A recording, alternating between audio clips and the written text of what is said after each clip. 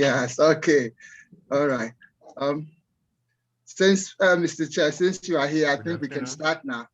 Well, with reference to wherever you are at the moment, be it your geographical location, I would say good morning, good afternoon, and good evening. Welcome to another important MADI e-conference. Today, we will look at the new EU law or regulation on conflict minerals. How significant is this law to Africa's mineral sector? How does it impact Africa? And how do we integrate it into Africa's mineral sector? Would imbibe it? Should we ignore it? What are the ramifications if we choose either option? For those at the other end of the spectrum, we will ask, what are conflict minerals in the first place? Tin, tungsten, tantalum, and gold have been tagged conflict minerals, or 3TGS. Why have they been so tagged?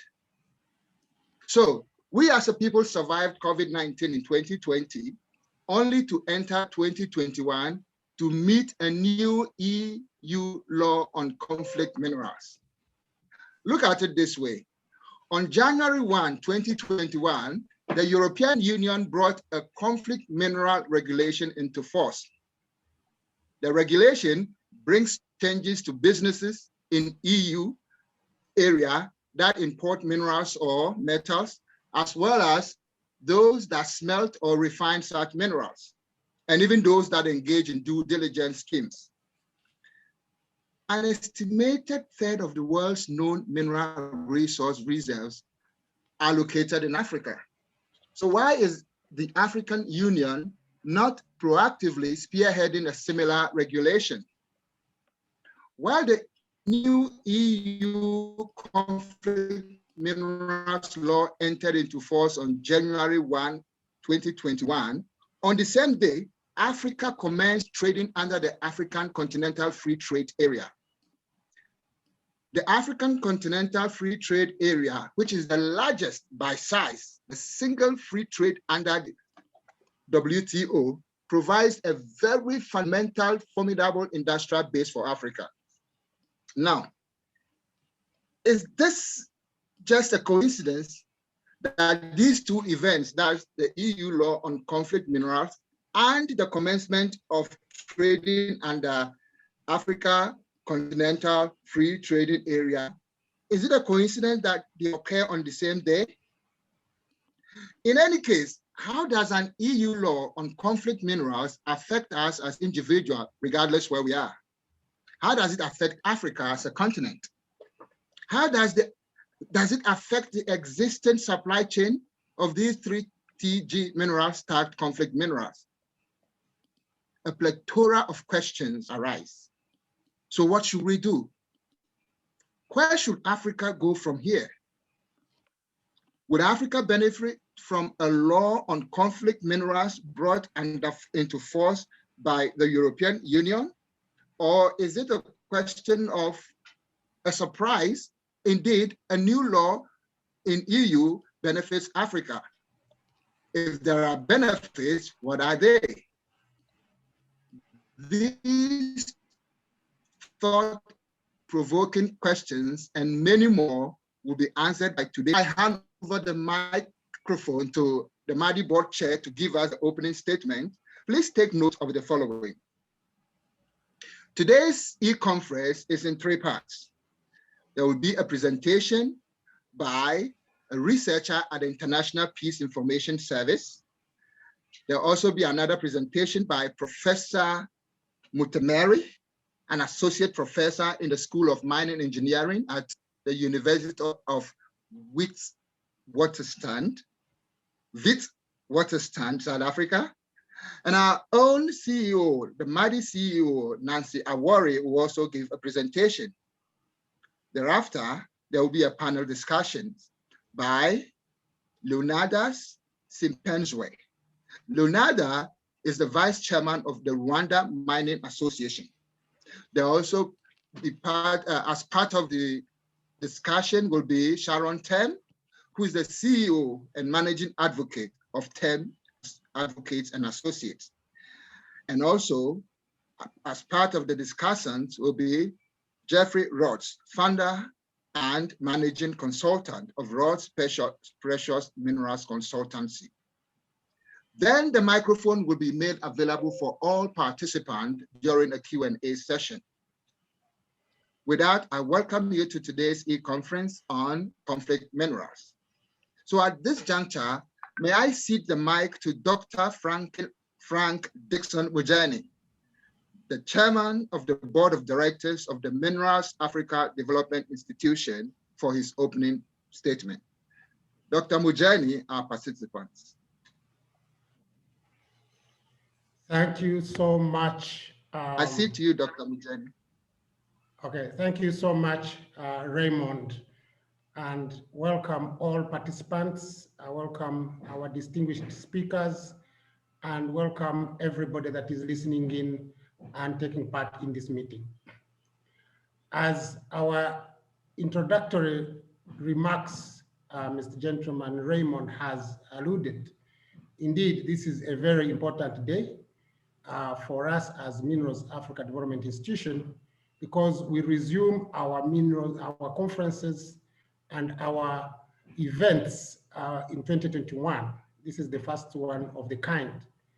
And how could it be very important as introducing and discussing a new EU law that came into force on the 1st of January, 2021, on the very, very day that the African Union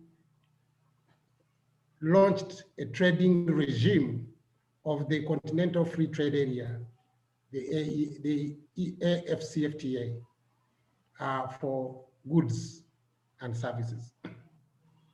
We move into a new direction as Africa. We want to develop regional value chains. We want to promote industrialization. We want to look at the new breed of and the new brands and new generations of investment promotion, moving away from domestic investment promotion to regional investment promotion. We move away from the way we've been doing business as sovereign countries in terms of trading together, in terms of industrializing together. We move into a phase that we look back to the Lagos Plan of Action, and we look back to the Abuja Treaty and see how do we implement the Agenda 2063, which is a global strategy to optimize use of Africa's resources for the benefit of all Africans. So here we are on the day that we launched our trading under our CFTA, one of the biggest regional economic trading blocks in the world in terms of size, with 55 countries. So far, 35 have ratified, 54 signed, 44 signed on the very day that the FCFTA was launched in Kigali in 2018.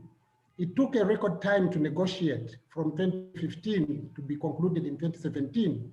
It's going to bring together a market of 1.3 billion people, 75 to 80% of which are young people looking for jobs. So for us, and within the agenda,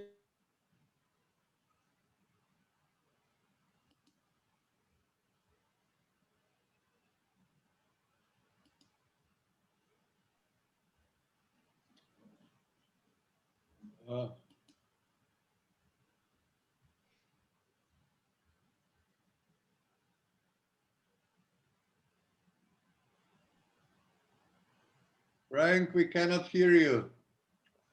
Okay, he's probably relogging. Sorry about that. So you lost me a little bit.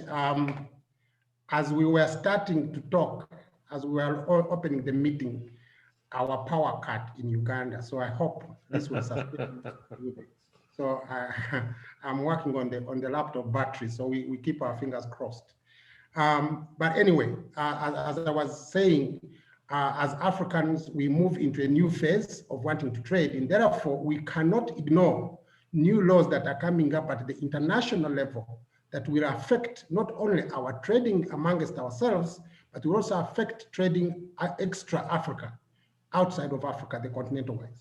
Now, when we come into the EU new law on conflict minerals, and as Raymond alluded in the introduction remarks, conflict minerals are majorly in Africa. Conflicts in Africa are resource-based. They are actually non-ideological. They are non-political. They're just a band of people trying to control zones. But unfortunately, they get arms. There is trading in arms that has never been talked about. There is trading in other, goods and services that actually fuel these conflicts, but in return of our minerals, of African minerals. DRC is chronically conflict prone.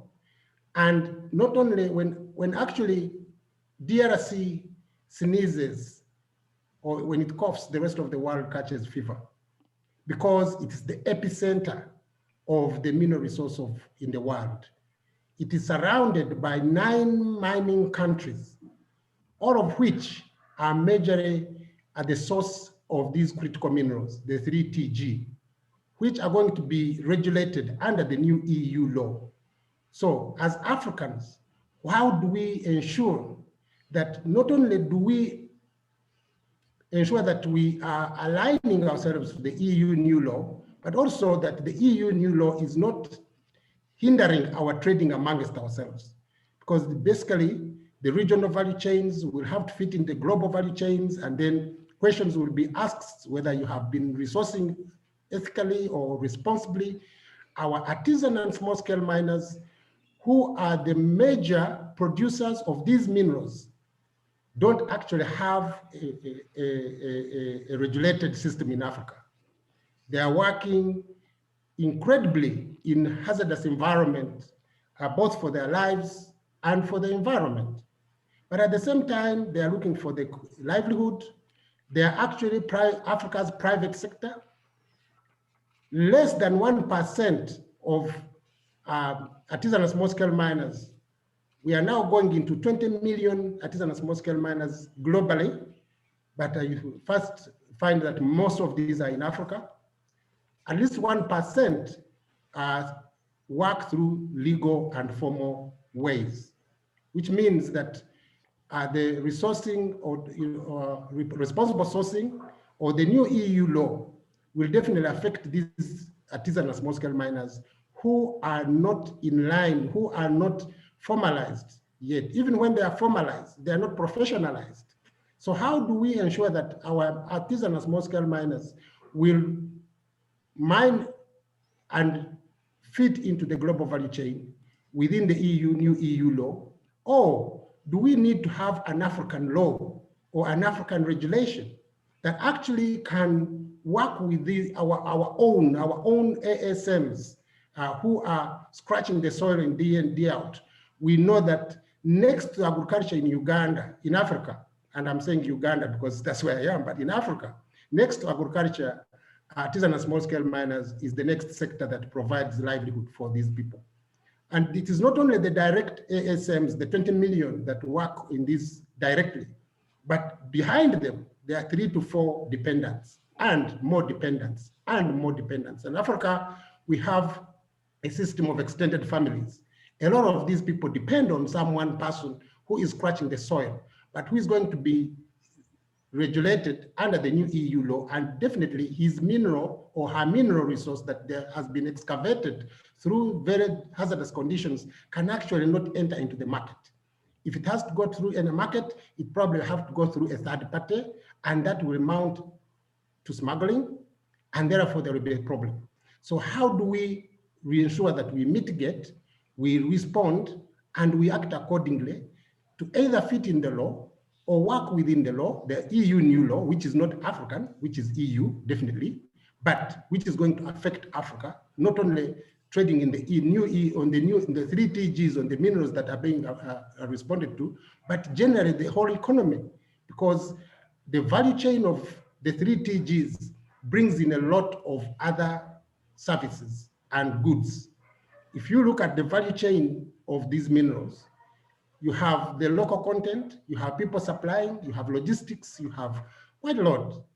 we don't want to look at the supply chain. We want to look at the value chain because that's where job creation is. So the smelters, the refiners wanting to come in the continent, on the continent and invest in these mineral resources are going to be first and foremost looking at, okay, how do I ensure that I'm within the law, on the new EU law?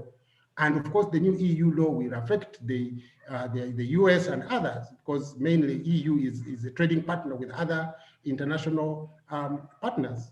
So it's going to affect our investment into value addition. And obviously right now, we still have issues on investment into value addition because African laws, African regulations, African policies did not look at value addition. But now the Africa Mining Vision that was adopted by the heads of state in 2009 calls upon African countries to add value to our resources, calls upon African countries to harness the potential of artisanal small-scale miners, calls upon African countries to look at this, developing metallurgical industries, petrochemical industries, and all those industries, electronic and electric industries that actually need resources from our minerals. We need to work within the rules of origin of the African Continental Free Trade Area and the tripartite free trade area that was established between East African Community, Commerce, and SADC that governs the trade along the continent. It's not only the goods other than the minerals that should be traded under these new trading regimes in Africa. It's minerals more importantly, because whatever you do, whatever you touch in your family, whatever you think of is actually originating from mineral resources. But because Africa has been missing from the global value chain, you look at the iPad, you look at the plane, from the iPad, from the iPhone, from the smallest phone or smallest electronic equipment to the plane, to the big ones, and as you know them, those who travel, all those equipment, all those minerals start from Africa. But there is no where you can find Africa listed along the rules of origin of these products. If you have to the Boeings and all these, you'll find other countries that produce other parts are listed as rules of origin for the plane. But Africa has never been listed because it only trades in commodities.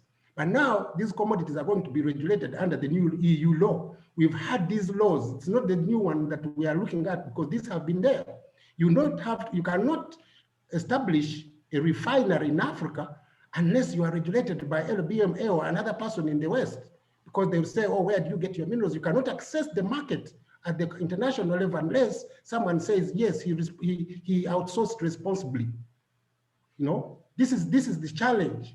We have those who have volunteered, who have actually tried to break the yoke, that like African Gold Refinery and Aldebaran in Rwanda and others who are trying to bring refineries in Africa. But they are finding challenges because Africa itself is trying to adhere to laws that are non-African. And therefore, the auditing and all these forensic and all this is done outside Africa because Africa doesn't have a framework through which they can also say we are managing our resources. Now, within the African Mining Vision, we have developed 3 key instruments that will manage and govern our resources. And these have been adopted by the heads of state of the African Union.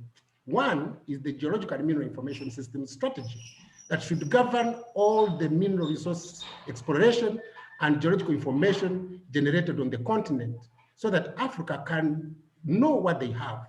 Within the framework of the Geological and Mineral Information Systems framework, we are actually developing an African Minerals and Energy Classification Framework, which is aligned to the United Nations Framework for Classification, UNFCU.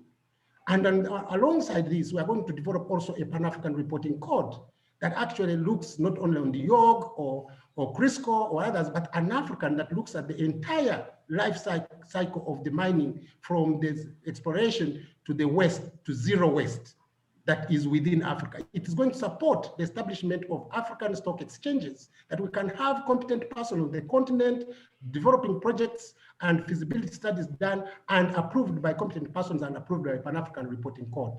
This is what has been missing. We are having a second strategy, African Minerals Governance Framework.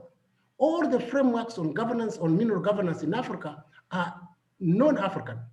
EITF, EITI, Dodd-Frank Act, mention it. I think there are so many. Some of them are aligned to countries. China may have its own and others and others and others. But Africa didn't have a governance framework. We cannot talk freely. How do we manage our resources within our own governance framework?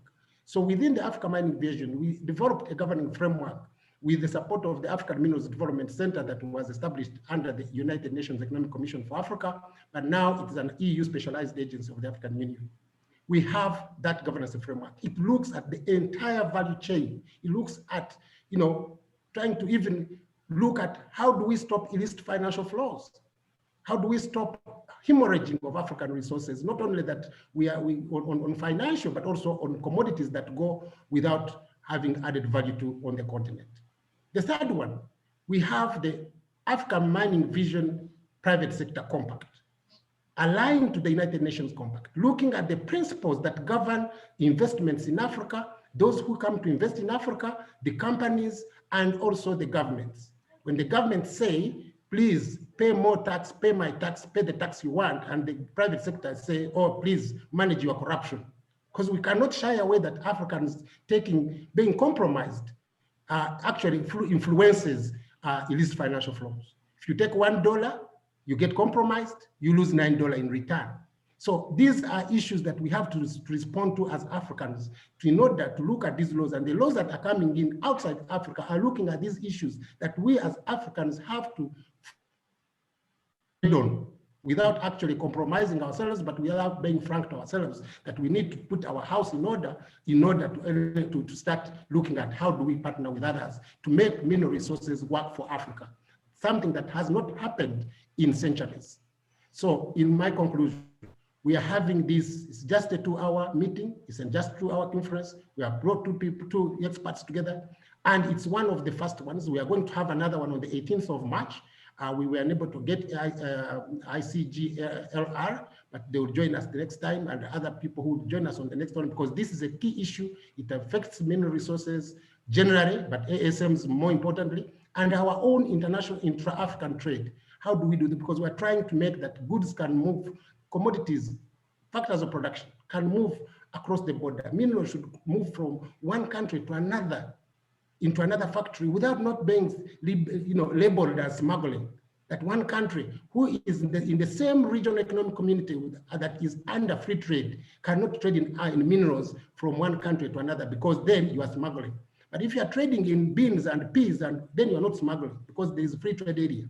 So how do we respond to this? That the regional value chains will need minerals produced in one country, refined in another, manufactured in another, processed in another, and manufactured in another, and they come out as made in Africa, as a product made in Africa. Whether it's a chip, whether it's a car, whether it's whatever it is, whether it's a battery, something must be done so that we can also put our house in order. So, ladies and gentlemen, I have opened the stage, laid up what we think we should have from this meeting. Solutions, we had recommendations on how Africa can really benefit from its resources with these laws coming up with good intentions that actually they are trying to manage that resources do not contribute to conflicts. Good intentions. But for us, Africa, it may be a challenge. Good intentions may challenge us. How do we respond to this? So I want to hand over to our speakers, and I'm going to be moderating, but I want, since I've just made a presentation, I'll ask my colleague Raymond to introduce our next speaker so that we can start the key presentations that will set the stage for discussions so that we can move on and have this conference. I wish you good luck in the deliberations, and thank you very much for participating. I can see we are almost 80 people on the platform, so thank you so much, and probably will be getting more coming on. Thank you so much, and thanks for listening. Thank you very much, Dr. MUGYENYI, for the opening statement. You have set the stage. Isn't it pathetic or intriguing that Africa needs approval from outside Africa in order for Africans to dig their own backyard? That is to say, to mine and refine their own mineral resource. Anyway, that's food for thought. With that out of the way, we will now start with the key presentations.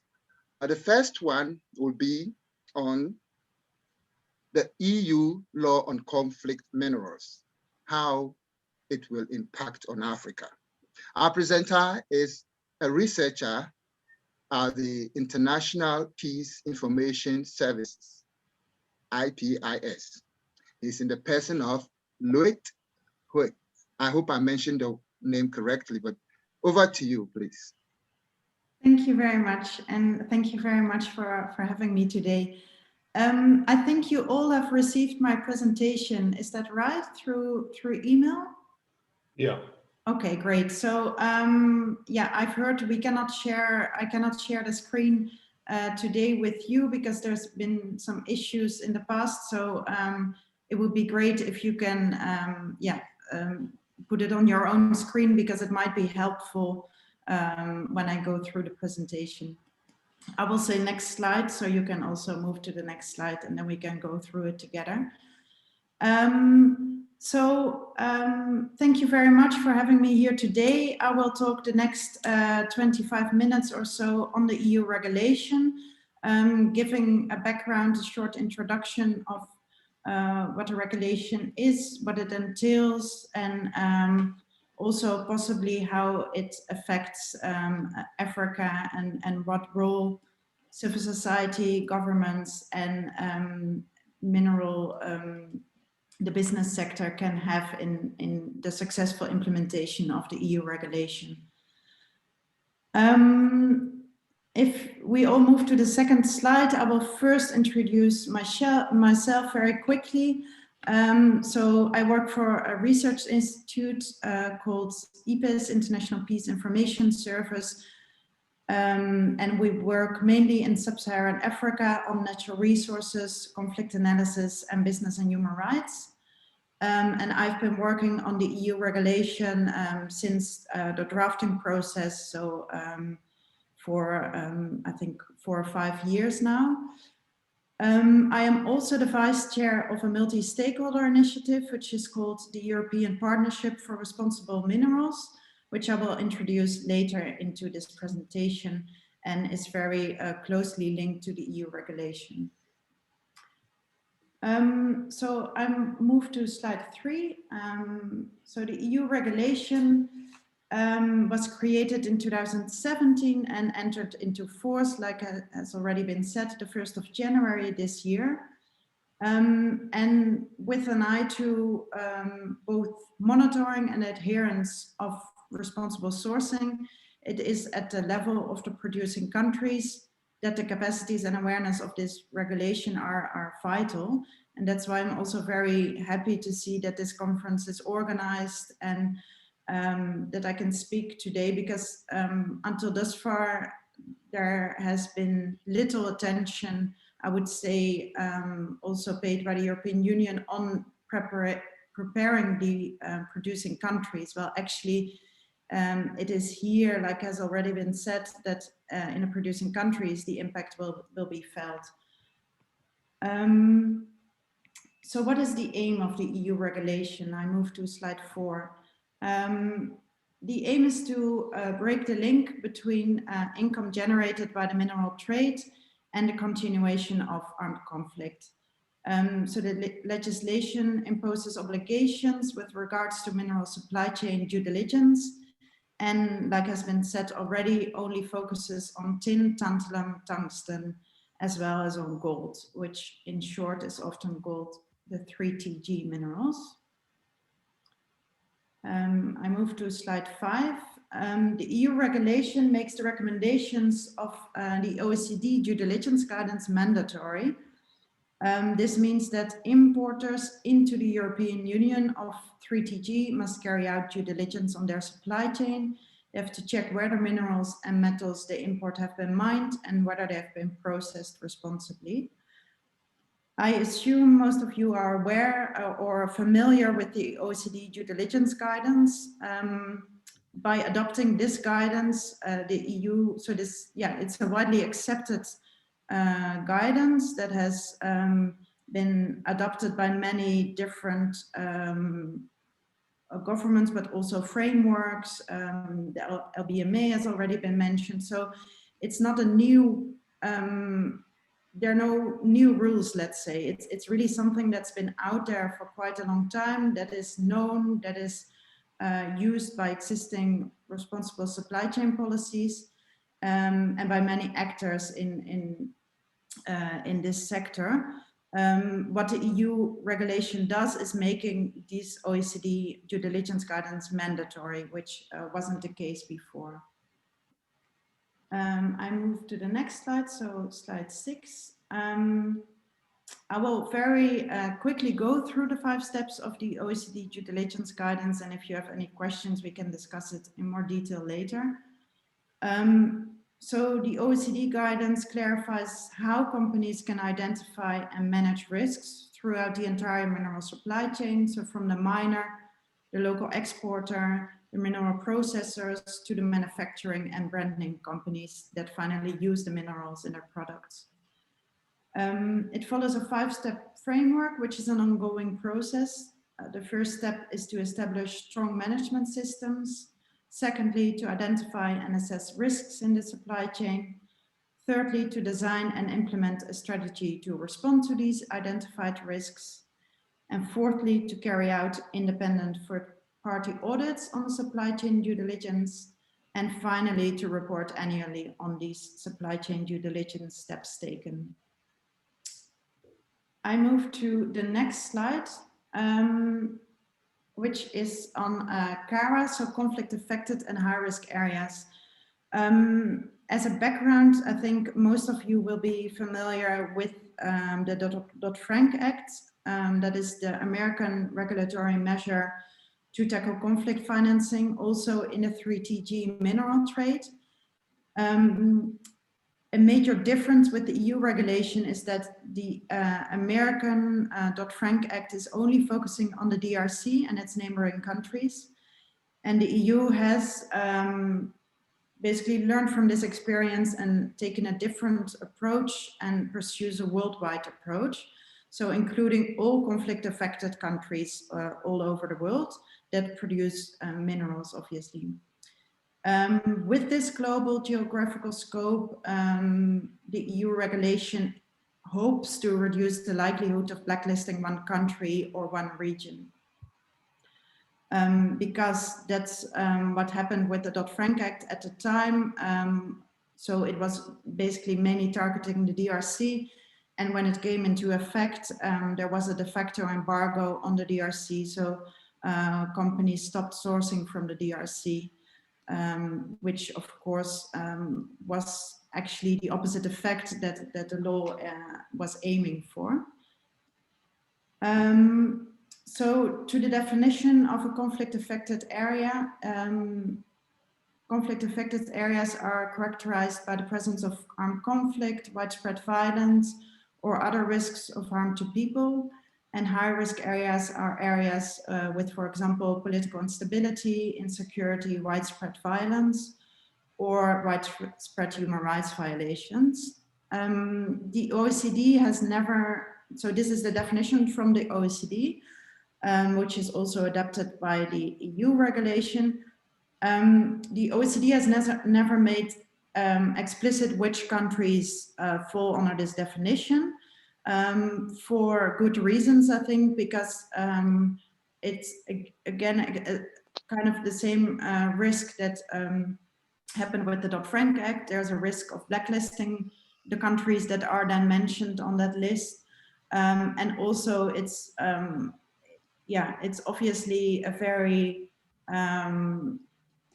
politics is very fluid, so it's also hard to pinpoint which country falls under it. It's an evolving issue. So that's why the OECD stayed away from that. However, the EU, I move now to slide 8, the EU has choose differently with the reason to support companies where to pay extra attention and where the due diligence requirements of the OECD 5 steps are mandatory.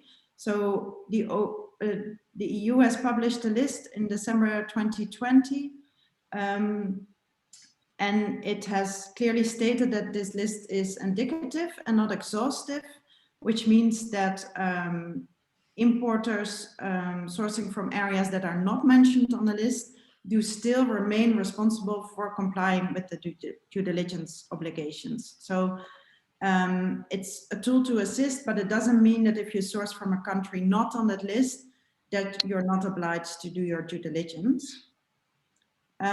If we move to slide 9, you can see the map of countries that are mentioned under in the list of the CARA countries of the EU.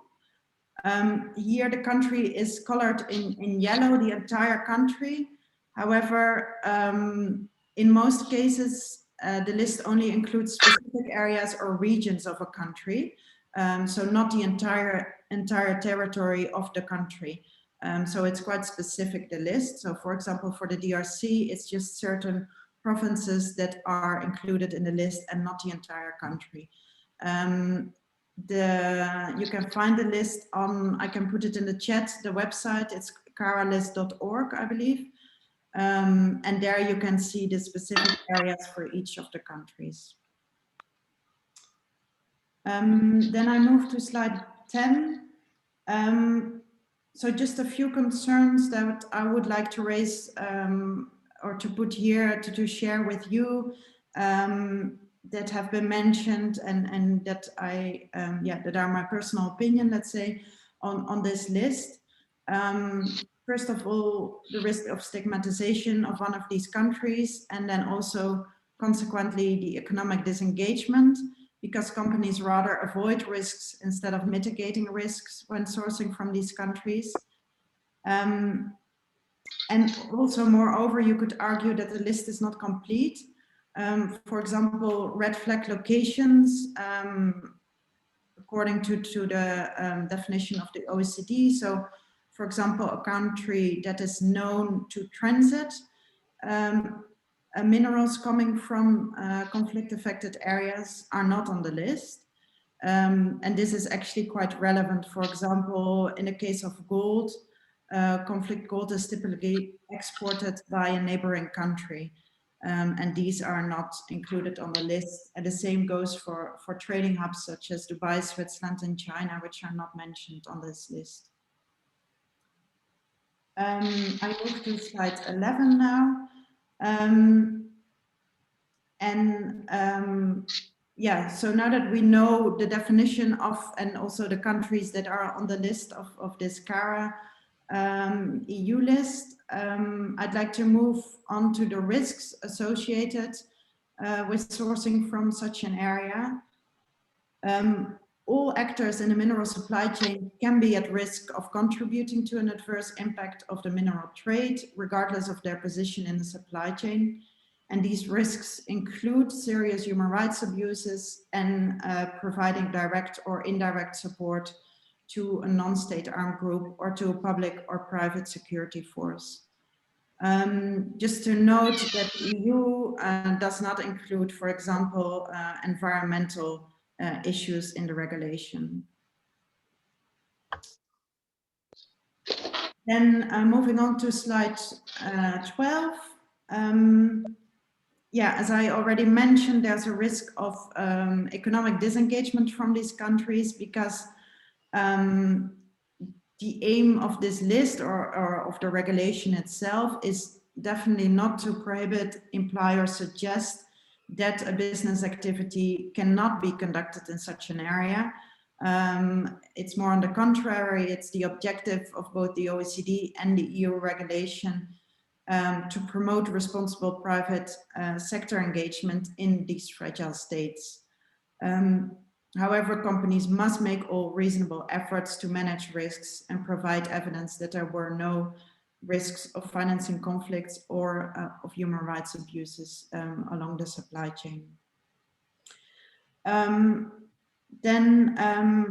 I've mentioned here that CSOs, so civil society organizations from producing countries, can play a role in this regard. For example, when we take the example of Congo, which has been under a lot of scrutiny because of the Dodd-Frank Act, like I mentioned before, it is very important that there's enough information of what is going on the ground at the mine site level to ensure companies that it's not often an entire area that is of huge risk. It's just certain areas, and in these areas, it's just certain mines that are of risks. And to have this transparency and this information public is very important to basically assist companies to continue sourcing from these areas, because if they do not have the information and they do not know what the situation on the ground is, they do not always have the resources to go out there themselves and check. It's easier to stay away than to continue to source from a country. So that is also what my organization has been working on a lot in the DRC, is to work with local civil society organizations to get information, for example, on incidents along the supply chain, and to put this on public fora so that it is available for companies, so that they know it's not an entire area that is basically red flagged, but it's just certain specific mines or specific areas. Then I move to slide 13, and I'll go through the scope of the EU regulation. This is not directly relevant, let's say, for the producing countries. This is more relevant for the importers based in the EU, but I nevertheless want to quickly go through it, because I think it is good to know nevertheless what the law entails, and how huge the impact will be actually on the producing countries, because it has certain limitations. The first one is that the EU regulation exempts companies using 3TG minerals in manufactured products. This means that it's only raw materials that the regulation applies to, and actually the trade in raw materials is rather trivial in the EU with non-EU countries. So the vast majority of EU companies and consumers do use 3T minerals in their products. However, importing them beyond the metal stage, and therefore they fall outside the EU regulation. So it is the own estimate of the EU that it will impact directly between 600 and 1,000 importers, and indirectly 500 smelters and refiners. So that's the first, well, not necessarily a limitation, but definitely it's it means that it's not applying to every company in the EU. So it's only applying to the companies that directly import raw materials. And then there's a second element to the scope of the regulation, which is outlined in slide 14. The EU makes exemptions for smaller importers. So the regulations, so the OECD 5 steps of the due diligence framework, they're only mandatory for the larger importers and voluntary for the small and medium-sized enterprises. And the EU has done this by setting thresholds to a certain volume. So for example, for gold, there's a threshold for refined gold of 100 kilos. So a company that imports less than 100 kilos will not be affected by the EU regulation. The same goes for a company that imports less than 4 million unrefined, so gold ores. Kilo won't be affected by the EU regulation. So this is also a limitation, let's say, or just saying again that it doesn't apply to all the importers of the EU. It has these two aspects to be taken into account, which reduces the number of companies that this EU regulation will be relevant to.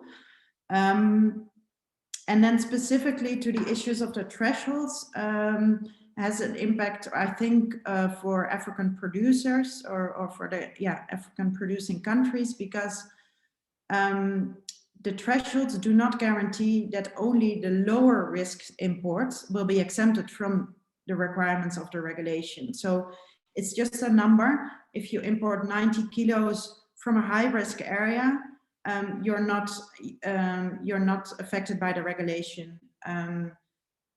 So it doesn't matter where you import it from. If you fall under the threshold, you're not affected by the regulation. So there are actually good reasons to suspect that many of the highest risk imports coming from conflict-affected and high-risk areas are transacted typically in quite low quantities.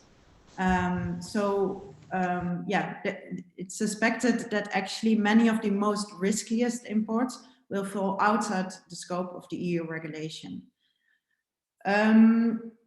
Unfortunately, the EU has not given the data a list with aggregated data. They have not made this public, so that's why for me or for anyone, it's impossible to say which country will be affected. So I cannot say now this is really relevant for Sudan because I don't have the numbers to know whether the imports of Sudan from the different EU companies will be affected by the regulation, yes or no. This is something that we'll have to see over the next years. But it is something to keep in mind that there's this threshold issue, and it's also maybe interesting to look at your own country and see how much, for example, gold or any of the other minerals are you producing, and will your country be affected, yes or no, by the regulation? So now I I move to slide 15, which is focusing on the ASM sector. So there's a potential risk that the regulation may encourage companies in Europe sourcing from ASM miners to withdraw from the small-scale sector, as it is more difficult for the latter to comply with the due diligence standards set by downstream companies. The regulation definitely risks to favoring large-scale miners in producing countries, as they may have better capacities to comply with the new requirements. And this obviously is like has been said already in the introduction speeches, the artisanal small-scale mining sector is hugely important in Africa. So it is very important that the EU is aware of these risks, which they are, and they've also tried to put some extra support for the ASM sector, because without this support, actually the artisanal miners may increasingly depend on a reduced number of purchasers, for example, from China, which can then negatively impact their trading position in the world market. I move to slide 16. Like I mentioned, the EU is aware of this risk of the difficulties that the ASM sector can have to adapt to the new regulation. I think it was said quite nicely by Frank that how we can make the ASM sector to fit in the global value chains. And the EU has put some money aside in what is called a series of accompanying measures that is specifically intended to support responsible mineral sourcing from conflict-affected countries and focusing on the ASM sector. The European Partnership for Responsible Minerals has received part of this money and is an accompanying measure to the EU regulation, and is focusing specifically on these risks of including the ASM sector in the global value chain of responsible sourcing. So now I'll move on the next slides to introducing the EPRM, which stands for the European Partnership of Responsible Sourcing, of Responsible Minerals. Slide 17 shows you who are the members of this multi-stakeholder initiative. So it is a member organization with 3 pillars: a civil society pillar, a government pillar, and a supply chain actor pillar. And this slide shows you the members that this partnership has today. Slide 18 shows the main objective of the EPRM, which is to increase the demand for and supply of responsibly sourced 3TG minerals from conflict-affected and high-risk areas. So the partnership aims to contribute to local development by increasing the number of mines that adapt to responsible mining practices in conflict-affected areas. And the EPRM aims to create better social and economic conditions for mine workers and local mining communities, again with a focus on the ASM sector. Slide 19 shows that the EPRM is doing this through key activities by, on the one hand, focusing on the upstream part of the supply chain, so the producing countries. The EPRM has a project fund which currently funds 18 projects in producing countries, all focusing on the development and the formalization of the ASM sector. And then secondly, through its work with companies that are importing 3TG minerals. So for example, by increasing awareness on due diligence and exchange knowledge and best practices. Then slide 20 shows the locations of the EPRM funded projects. And in the course of this year, so 2021, 7 new projects will start. Then I will move to slide 21. Just before I move to what the impact might be or the role might be of African producing countries, I would just like to go back to one aspect of the EU regulation, which is the review. So in January 23, and every 3 years thereafter, the EU has to review the functioning and the effectiveness of the regulation. And this is quite an important point in time because it also leaves their space to change the regulation. So there will be an evaluation, importantly, for example, on the impact on the ground, so in African producing countries, for example. And if this, if the impact is not successful, or if there are other issues, then the regulation can be adapted. So this is an important point in time to point out possible loopholes. For example, the thresholds, as I mentioned them, I think can be quite an important loophole for companies to import from conflict-affected countries without falling under the EU regulation. So these issues will be brought up in 2 years and might change the EU regulation as it stands now. I mentioned this because I think it's important also for the producing countries to know, because they have a voice here, and they're very important to to also participate in this review and express if things are not going as they were envisioned. So finally, I will, in my last 3 slides, move on to how I think that this regulation can impact producing countries. So I'm at slide 22 now, and I will start with the role for CSOs, for CSOs in producing countries. CSOs in the producing countries have a role, for example, to ensure transparent production change at the upstream level by playing an active role in due diligence, for example, by reporting incidents along the supply chain, like I mentioned before. And then on the review in 2023, I think CSOs from producing countries will have a very important role starting from today to monitor the impact. Is there an impact at all? And if yes, is this a negative one? Because like I said, there's a risk of disengagement, political disengagement from certain countries and from the ASM sector.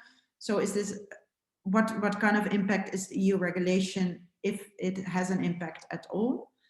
And then also CSOs have a role to play in multi-stakeholder initiatives, for example, the IPRM that I just presented, by representing the voices from mining communities, by bringing challenges and solutions from the upstream level into the EU policy debate, and by identifying needs for support. So the EU has, the EPRM has this project funds, and it is very important to get input also from the ground on what the needs are for support, for example, for the ASM sector.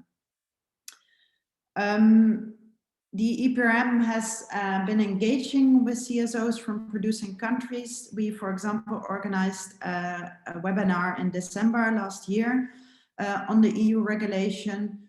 And the aim is to really engage CSOs from producing country in this debate, in this issue of the EU regulation, to share knowledge and to also, like I said, be involved in setting priorities, where's the need for support, etc.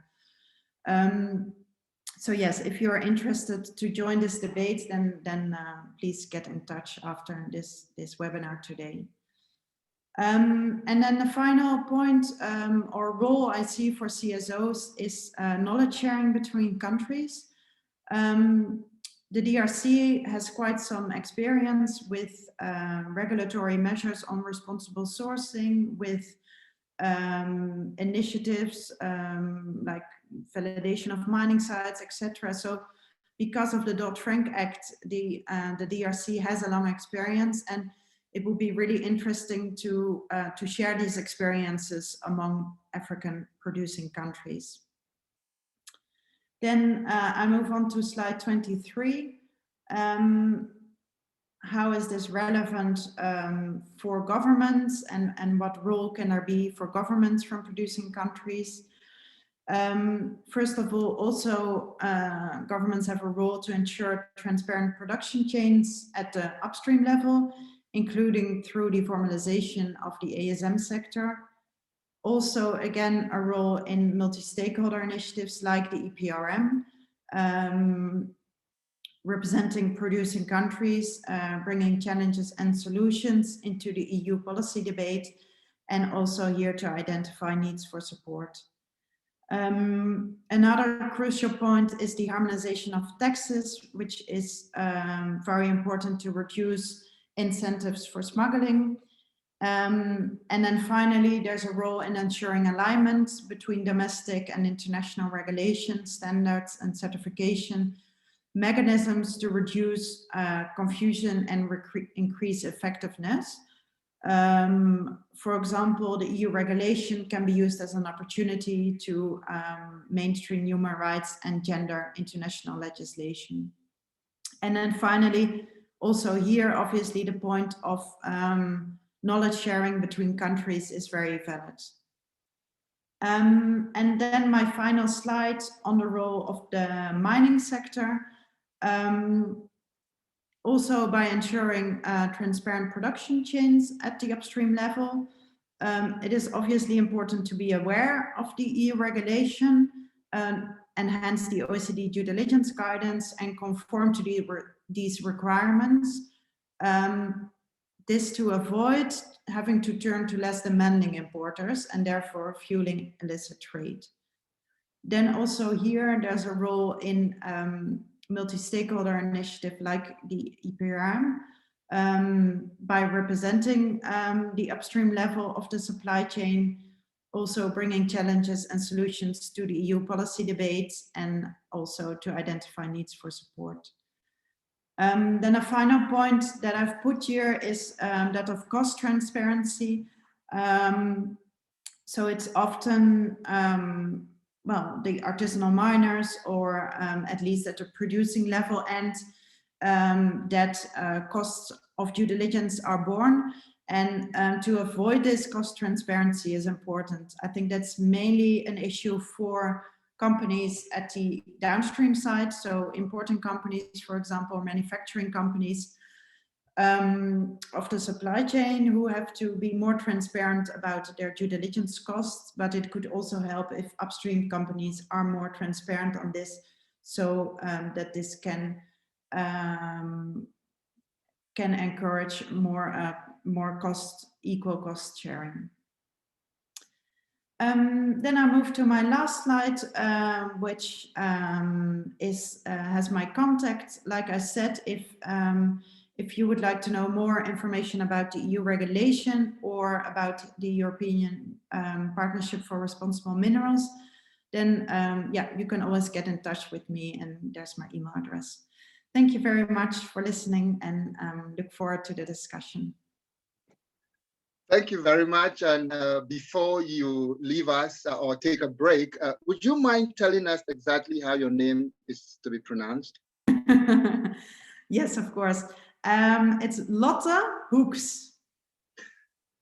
Thank you very much, Lotte HOEX. Wow, that was really good. Thank you.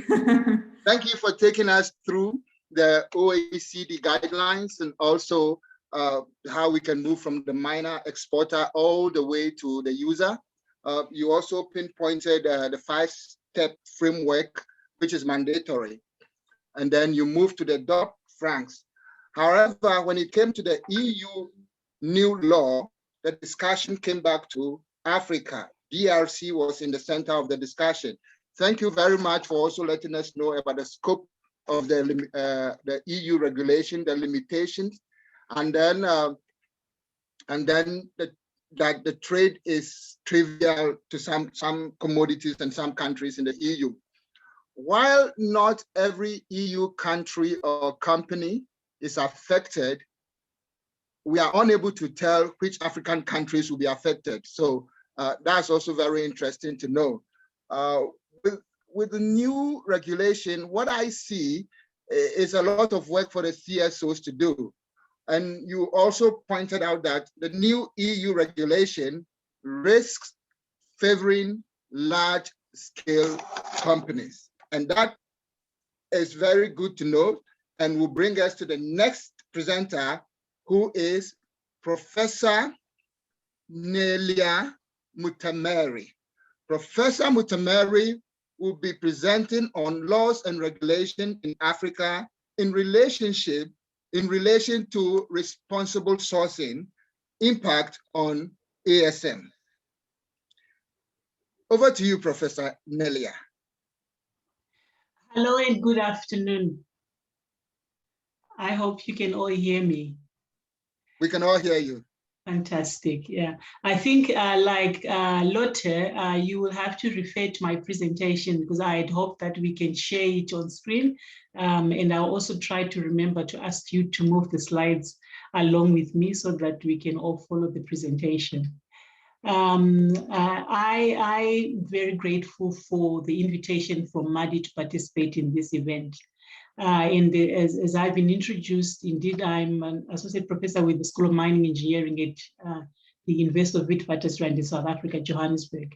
And I also run a small advisory firm on mining policy, strategy, and regulation and sustainability. My share with you today is on how the ASM sector is impacted by the interplay between responsible sourcing and the provisions for artisanal small-scale mining in African laws and regulations. I think when one is thinking about the importance of the subject, I think it's important to understand what responsible sourcing is. And I think that to a large extent, I think I'm lucky that Lotte was able to cover quite a bit of that ground. And it's also important to know what is actually happening to that extent in the space. And there are many initiatives, and some of which, again, Lotte mentioned, including the new EU rule. One also needs to understand how the ASM sector is provided for in African mining regimes and what this means for responsible sourcing. And finally, it is important that one looks at how this impacts the sector and what the future actually holds for the sector. And again, I think Lotte has walked some of that ground before me, and I'll just maybe re-emphasize some of those points. I think what is responsible sourcing, I think the definition of the LBMA, it's not the only one, but I think to me it also covers quite well to explain what responsible sourcing is. So the key things are about looking at supply chains, about committing to ethical considerations. It's also about being mindful of, as an operation, one's impacts in terms of socioeconomic and environmental actions of their own, but also of other actors within your own supply chain. Something that is important to note here is that initiatives around responsible sourcing tend to play out in the regions of the world where we have the biggest socioeconomic challenges. My understanding is that the responsible sourcing frameworks can be seen from the perspective of, firstly, the desire and the requirement to do the right thing. And that can be a legal requirement, or it can be just social responsibility where an entity feels to have the self-driven desire to do the right thing. And secondly, there are initiatives to support these requirements or desires. And this can be in the form of some guidance that is structured support of what is specific things to include and the process of having those things in place. Examples of those, again, Lotte mentioned the OECD due diligence guidance for responsible supply chains of minerals from conflict-affected and high-risk areas. Secondly is the standards, that these are the do's and don'ts, what one must comply with. Examples of these include the World Conflict-Free Gold, the World Gold Council's Conflict-Free Gold Standard. Then there's the LBMA sourcing program, just to name a few, and not all of these are necessarily affecting the ASM sector. To actualize these standards, one requires that there be compliance systems. And this is, I think, where the game really becomes very difficult. And these are the systems to manage those auditing, the auditing and certification. I believe in Africa, one example of a system, or I can call it a system, that seems to touch on all those things is the regional certification mechanisms of the Intergovernmental Conference on the Great Lakes region, because it has elements of most of what I mentioned here, the legal aspect and social aspect in terms of being responsible. There is a standard that goes with it. There's a compliance process that tries to manage the auditing and certification of conformance with the standard. With regards to ASM, African mining regimes and responsible sourcing, I think it's important to understand the interplay between ASM and how it's regulated in Africa in responsible sourcing.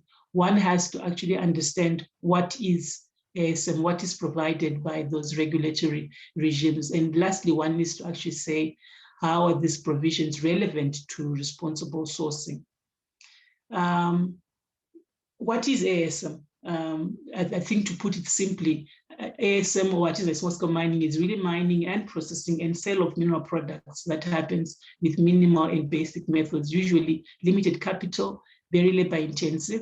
It is also important to understand that there is a continuum. So from manual to semi-mechanized, and this is matched by an increase in capitalization as well as application of technologies. It is also important to recognize the complex world that exists, or that ASM exists in. It is often a very precarious world with many different dynamics at play, as I illustrate in that slide there.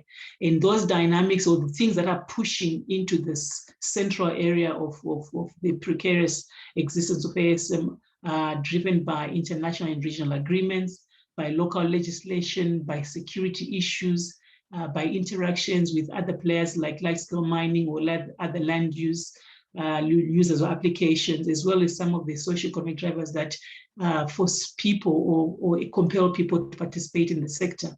And these are all impacting the sector to a large extent. And what one finds in that sector is challenges like exploitation of very marginal and small deposits, poor access to technology and equipment, low levels of occupational health and safety practices. Sometimes you're finding chronic poor capitalization, the working conditions are not good, low levels of wages, and also illicit trade, which I guess touches very much on the subject of this event. One aspect that is very attracts a lot of attention is the issue around criminality and the exploitation of workers, particularly children and women. So that's the precarious world of ASM. And one of these challenges that I find fascinating to explore is the challenge around the continuum between legality or illegality, informality and criminality, and how that compares with compliance. Compliance is driven by a level of acceptance, as indicated here in a study that we did at WITS on the ASM sector in South Africa, where you're talking about minimal compliance all the way to full compliance, and there's a continuum of that. And this is all can be seen from the perspective that we're dealing with a sector that touches on both legal and illegal activities. Then there's that, for me, there's also a continuum between criminality and informality. And informality, I put quotations because informality and criminality, I think, are often viewed from a level of tolerance. It depends on the individual or the regime or the environment, how much they actually want to tolerate what is they could term informal, which to a large extent is actually illegal, but because of maybe drivers like the need for the livelihood, that there is no intention of big or global scale criminal syndicates, there is a certain level of tolerance that is given to that. And you find that there is a continuum, and it's not even simple continuum, like there's a lot of interplay that happens that actually complicates this precarious world of that small scale mining sector. And I think one of the things that I think is important is for Africa, and I think we've all touched a lot on this. I think Frank in his introduction spoke about the importance of the ASM sector to the continent. That illustration there is very anecdotal data because ASM is a difficult sector to measure, but it gives one an impression of the size of the sector. We're talking millions of people that depend on artisanal small-scale mining as a livelihood activity, and 50% of whom are women approximately. And so that gives one a sense of the big challenge that something like the EU regulation impacting on the sector will have in terms of livelihoods for people on the continent. I think in spite of all these challenges that I mentioned earlier in the precarious world of ASM, I think it's fair to say that in a lot of quarters, ASM is still seen as an opportunity. It is seen as an opportunity in spite of its negative impacts for rural livelihoods, and this is well acknowledged. And I think that this need to address these challenges is coming from the perspective that there needs to be an approach to actually having sustainable development outcomes from the sector in spite of the challenges. So address those challenges so that the outcomes are much more positive from a sustainability perspective. So I know that Frank mentioned the Africa Mining Vision, and I'm sure most of the people on this audience know what that is. If not, I think Frank can put a link to the Africa Mining Vision in the chat. But I think for my share, I think the most important thing is that the Africa Mining Vision, by recognizing ASM and providing a space for it, has provided the legitimacy for all of us that actually see it as an opportunity for positive developmental outcomes. And that has set the stage in which I think African governments are able to, with vigor, actually pursue making sure that ASM is put, get into the right place in terms of realizing the opportunities that it actually offers. And for me, when I look at the Africa Mining Vision, I think there's two key tenets that speak to the conversation that we're having in this event. The first one is around socially responsible exploitation of minerals in Africa. It touches on, in this key tenet too, it touches on safe, healthy, gender and ethnically inclusive, environmentally friendly, and also benefits to surrounding communities. The second tenet is the one that specifically mentions artisanal small-scale mining. And that talks to, I think, the recognition that artisanal small-scale mining, or ASM, has actually the potential to be able to contribute to local entrepreneurship and local economic development and improving the livelihoods of rural communities. And I think that for most of the work that is being done on the African continent is now driven by that recognition. And I think it has done a lot for legitimizing the sector and giving us more vigor to support and promote the sector for better developmental outcomes. And I think to a large extent, one finds that I actually can't think of an African country that doesn't provide for ASM. And this comparative analysis that I provide with Congo, DR Congo, Tanzania, Sierra Leone, Ghana, and South Africa tries to actually illustrate some of those provisions that are there for for the ASM sector specifically. So it talks to the categories of licenses they are provided for in different ways in different countries. Who is eligible in a lot of countries? It's restricted to nationals so that they are a bit advantaged at that lower level, where the permit can be issued that is provided for in the law, the validity in terms of the length of the license duration, the size of the license area is provided for. Sometimes you have restrictions around how deep they can dig, the number of workers or the number of licenses that are provided. Some restrictions are provided also with respect to whether it can be mechanized or chemicals like mercury can be used if it is gold mining. Then, of course, there is also the provisions recognizing that one has to find minerals. Some of these licenses kind of roll up into one license, the right to prospect as well as mine. In some situations, depending on whether you're talking to artisanal mining or to small-scale mining, prior licensing for exploration is actually required before you actually apply for an exploitation small-scale mining license.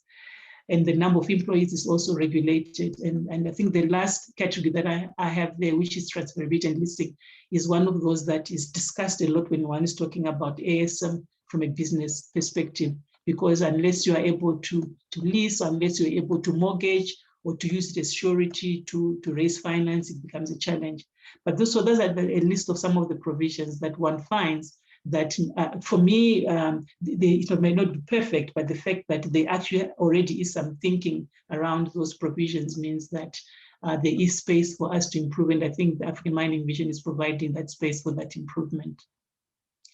To obviously make sure that all this happens, these provisions are linked to institutional arrangements.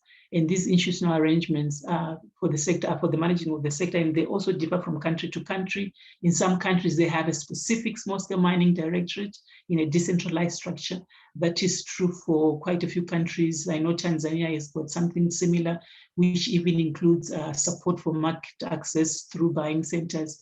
Ghana also has a decentralized structure. I know Zimbabwe had a system where the government provided integrated support services for the sector, which included, I say, facilities, processing, and marketing. So there are different ways in which these institutional arrangements provided through the regulatory framework actually support the sector. So in some situations, they even have special funds set up and also provision of skills programs to build skills. Obviously, we're on a continent that has challenges around resourcing. So the intention is there, but sometimes it's not always perfect, and there's still quite a bit of work that needs to be done to make all this as effective as desired. So when one has that understanding, or at least some understanding of the regulatory provisions for that small-scale mining sector in Africa, then one wants to think about what does it mean, first of all, the provisions themselves, what do they do for promoting the sector so that we have the right developmental outcomes, and how does that link to responsible sourcing? I think the first point that I make there is that the development of some of these provisions were not done properly. I think a lot of countries are starting to review the legal provisions, and that there's no evidence base. And I think I often challenge some of these things that we get, particularly from other parts of the world, that impose things on us in Africa. To what extent is there an evidence base in terms of how they design some of these interventions, particularly when sometimes it appears as if they're political imperatives as opposed to actual evidence-based positions. Then there's also the processes themselves. Are they transparent and inclusive? I'd like to think that something like the Dodd-Frank Act, as far as I know, there was never any consultation of African countries or developing countries where these minerals are sourced from when they have these things. I don't know to what extent the EU has actually done this.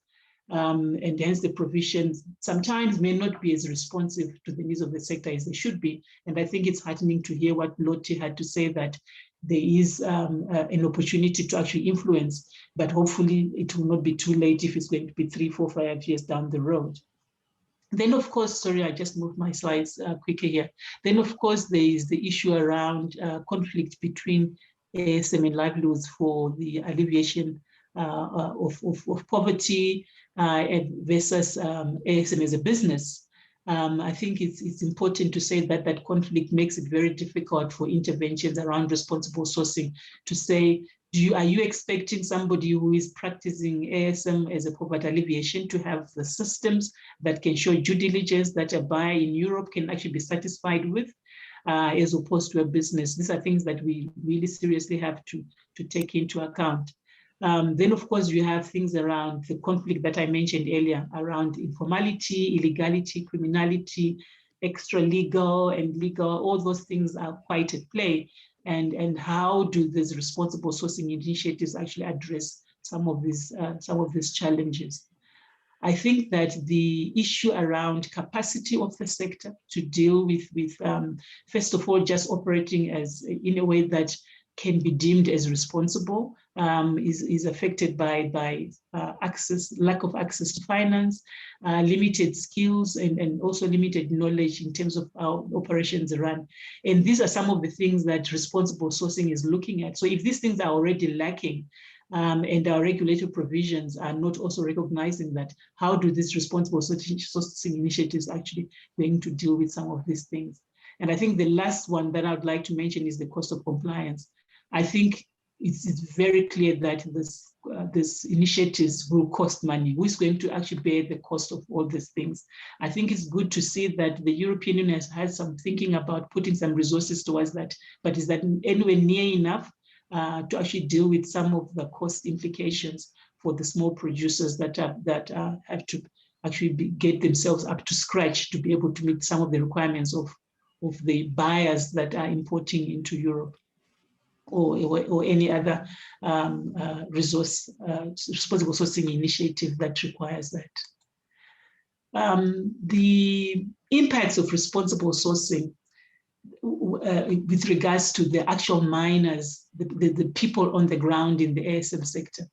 One analogy that often comes to my mind is an analogy, I hope I'm not disrespecting anybody who is very religious, is about an analogy where you have faith and religion on one hand, and the institutions around which faith and religion are interacting.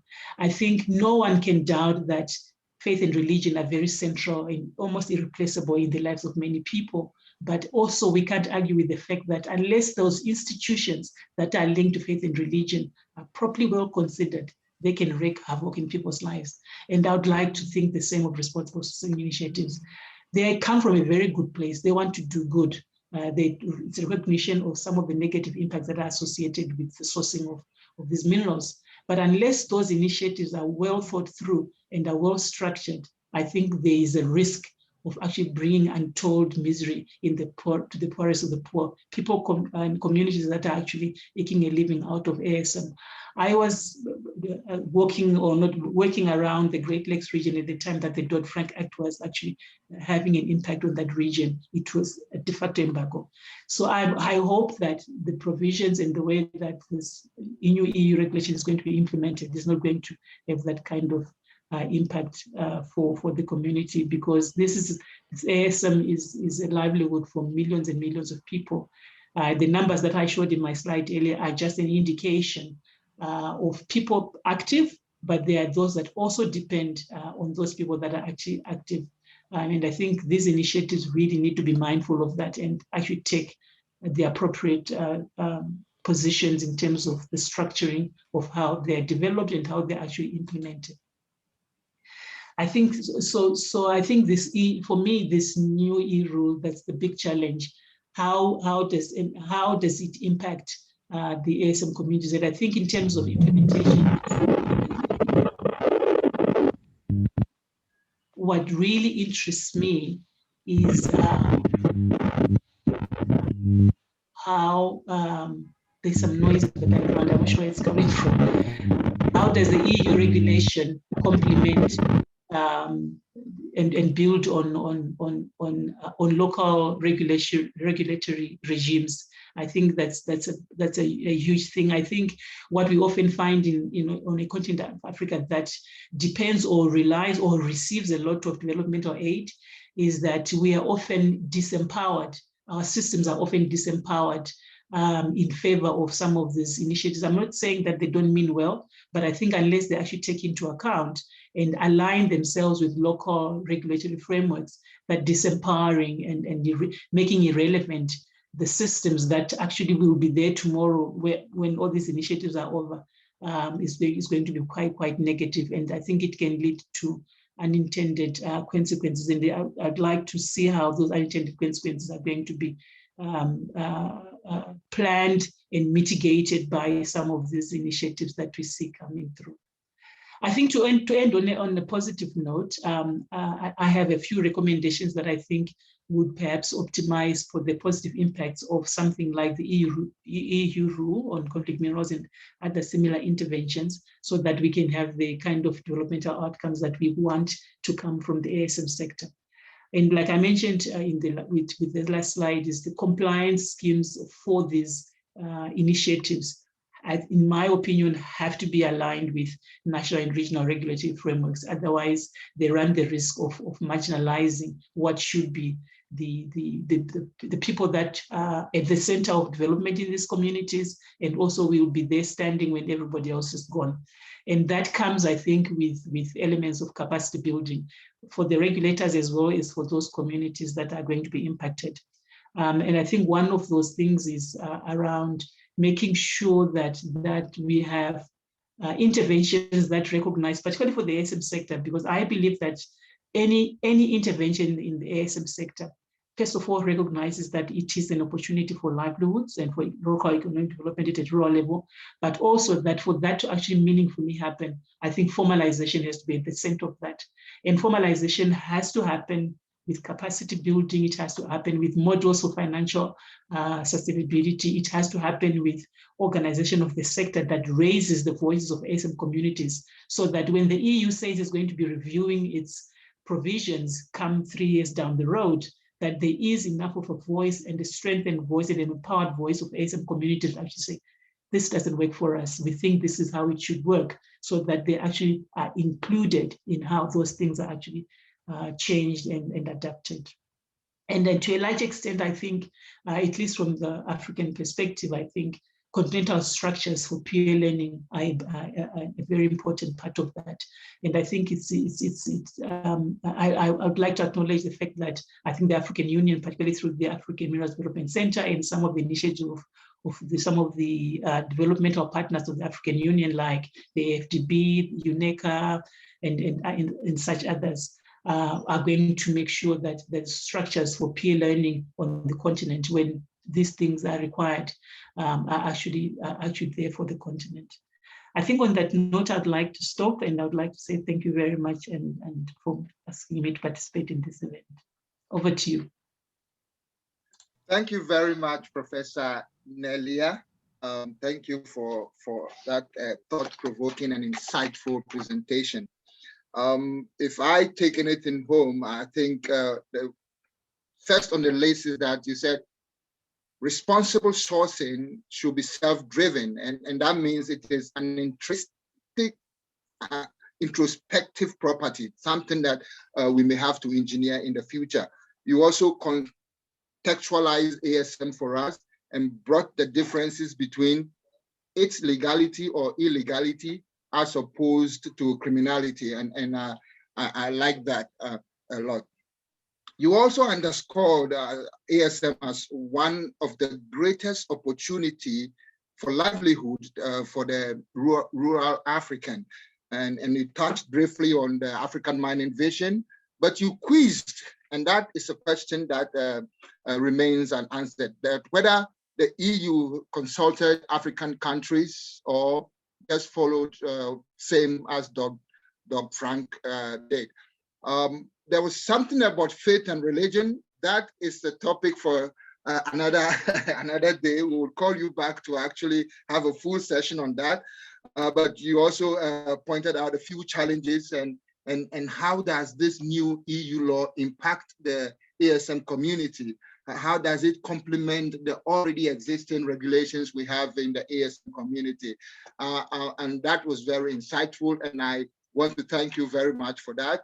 I would also like to apologize for some of the participants.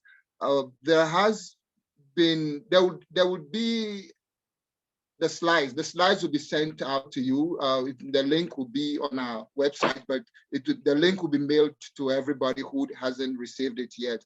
Both that of the first presenter and also that of Professor MUTEMERI. That said, we'll quickly go to the next presentation. There are a few questions. We'll take care of them after the panel discussion or during the panel discussion. But we'll quickly invite the CEO of MADI, who is in the person of Nancy AWORI. Nancy will be doing presentations on policies and laws and regulations for responsible sourcing in Africa, a case study we have in Uganda. Madam CEO, if you are online, please, over to you.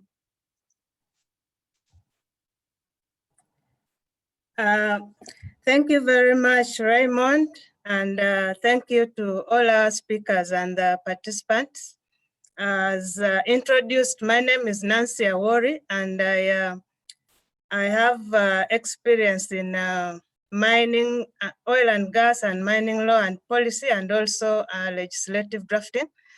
Today, I'm looking at the policies, laws, and regulations for responsible sourcing in Africa, but I'm going to concentrate mainly in Uganda's case.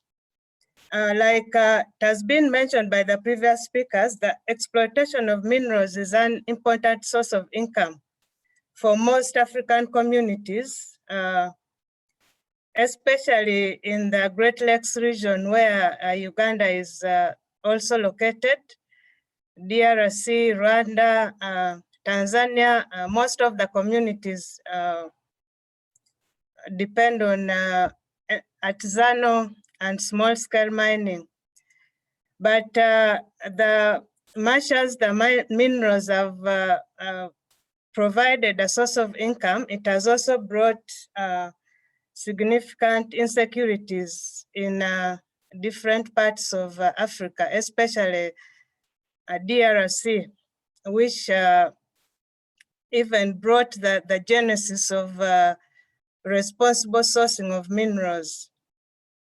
And over the last decades, the issue of responsible sourcing has become a topic of broad interest as a means of addressing those the impacts of sourcing minerals that lead to a negative economic, environmental, and social impacts.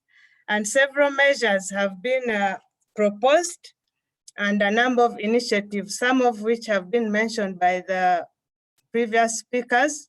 For instance, in 2010, you had the OECD guidance for conducting due diligence and sourcing minerals responsibly and reporting the results. And then also we have the Dodd-Frank Act of 2010. This also called attention to the issues relating to conflicts resulting from sourcing of minerals. In 2016, the Chinese Chamber of Commerce of Metals, Minerals, and Chemicals also published the Chinese due diligence guidelines for responsible mineral supply chains. And then, of course, we have the EU regulations, which was passed in 2017 and came into effect in January this year, and which is the subject of today's conference. But in all this, where is Africa? As you can see from all those initiatives, Africa hasn't been involved in the formulation, and yet most of the conflict minerals come from Africa, especially within the Great Lakes regions in Congo and the neighboring countries. Looking at the data in Africa, a few countries so far have also put in place some kind of legislation requiring companies to comply with supply chain checks. And this includes Congo, which passed a mining decree in 2012, making it a requirement for all mining and mineral trading companies operating in the country to meet the OECD due diligence guidelines. Rwanda also has a legislation still requiring countries to meet the OECD guidelines. So even where African countries have some form of legislation, it's not really original. They just require the companies to comply with the already existing due diligence standards. I will concentrate in Uganda's case now. Uganda has also been involved in mining for several years now, and the sector is guided by a number of laws and regulations. We have the Constitution, we have the Mining Policy of 2018, the Mining Act, mining regulations, and then also we have an act, which is the ICGLR Act 2017, which domesticates the pact. I'm going to talk a bit about that pact because it's the one that Uganda is working on implementing in relation to responsible sourcing. So Uganda is a member of the International Conference on the Great Lakes region, which is an intergovernmental organization of countries in the African Great Lakes region. And it was established based on the recognition that political instability and conflicts in those countries have a considerable regional dimension, and that require a concerted effort in order to promote sustainable peace and development. This organization is composed of 12 member states, including Angola, Burundi, Central African Republic, Congo, DRC, Kenya, Uganda, Rwanda, Republic of Southern Sudan, Tanzania, and Zambia. And it has a pact on security, stability, and development in the Great Lakes region, which serves as a legal framework and the agenda with the aim of creating conditions for security, stability, and development between the member states. Now, within that pact, Article 19 has a protocol which prohibits illegal exploitation of natural resources and puts in place a mechanism for certification of natural resources. The ICGLR also has a mineral certification scheme. I'm taking you through this because Uganda's laws and policies in relation to responsible sourcing all originate from the ICGLR documents and the pact and then the certification mechanism.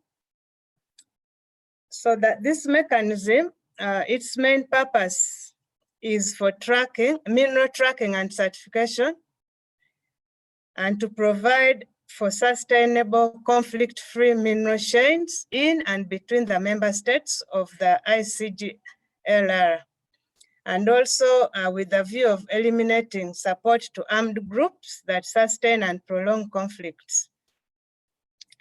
Under the ICGLR mineral tracking and certification scheme, they define a conflict-free mineral chain, which should be free from support for non-state armed groups or public or private security forces who illegally control mineral site, mine site, illegally tax or extort money or minerals at point of access, or illegally tax or extort intermediaries or export companies and international traders.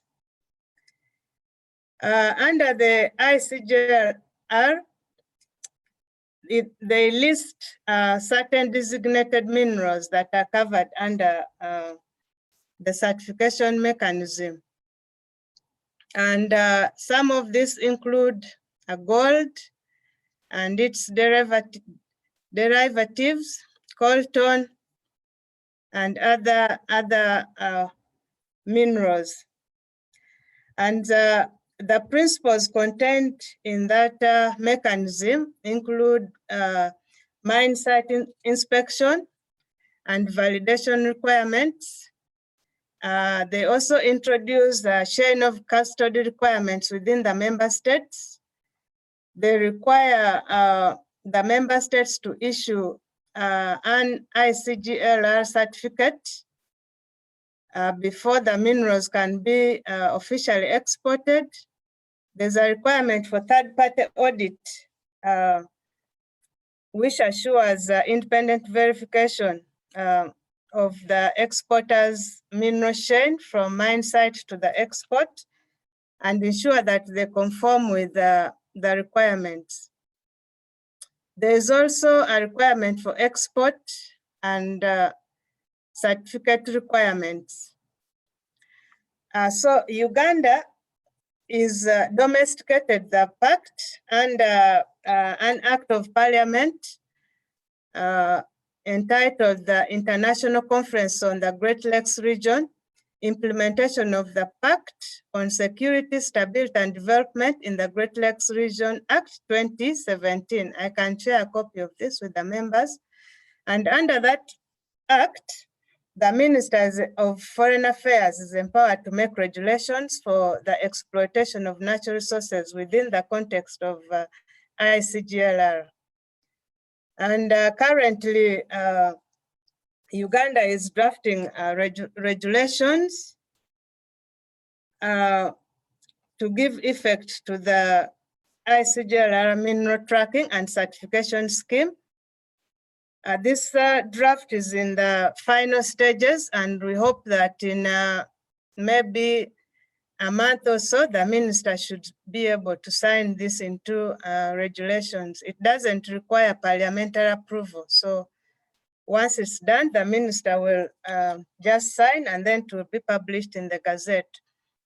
The object of these regulations are to prevent illegal exploitation of designated minerals within the region, to combat illicit trade in designated minerals within the region, to improve security, stability, and combat conflict within the region.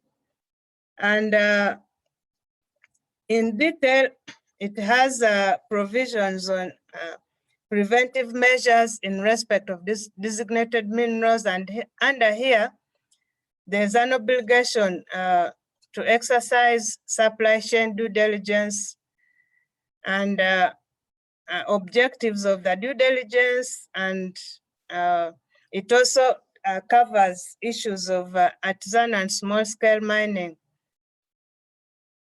The other issue covered under the regulations is mineral tracking and certification, and it gives a procedure for application of the ICGLR mineral certification mechanism. So the regulations give the mechanism force of law. It's applied, and then also the procedure for application for the certificate. The regulations also give details on mine site inspections, and the Directorate of Geological Surveys is designated as the competent authority. Traceability and transportation of minerals is also covered. Issues of export, import, and transit of minerals is covered in details. Third-party audit, search, detention, and arrests, and other offenses. So that is where Uganda is in relation to such provision of responsible sourcing. The regulations are not yet in force, and therefore Uganda has not formally started requiring or implementing those provisions. But they have already made preparations. At the moment, the Directorate has already appointed 10 mine inspectors, specifically for the purposes of the certification mechanism. They've already appointed a data manager and also identified the sites that will require inspection at the moment the laws are passed. So in Africa, Rwanda has also made great strides in certification. Actually, Rwanda already has already started implementing the ICJ regional certification mechanism, and I think they are doing very well in that area. But still, when we look at all these initiatives, even what Uganda is doing and Rwanda and Congo and other African countries, they are not really specific to Africa. They are still originating from international sources, and in most cases, we are just adapting them and implementing them, trying to implement them in Africa, which also has its own challenges. And because we haven't prepared or planned something specifically for Africa, we don't have, we haven't built the capacity. So most cases, even if they adopt the mechanisms, they don't have the capacity to carry out the certification or to enforce the laws. So there's still a lot to be done.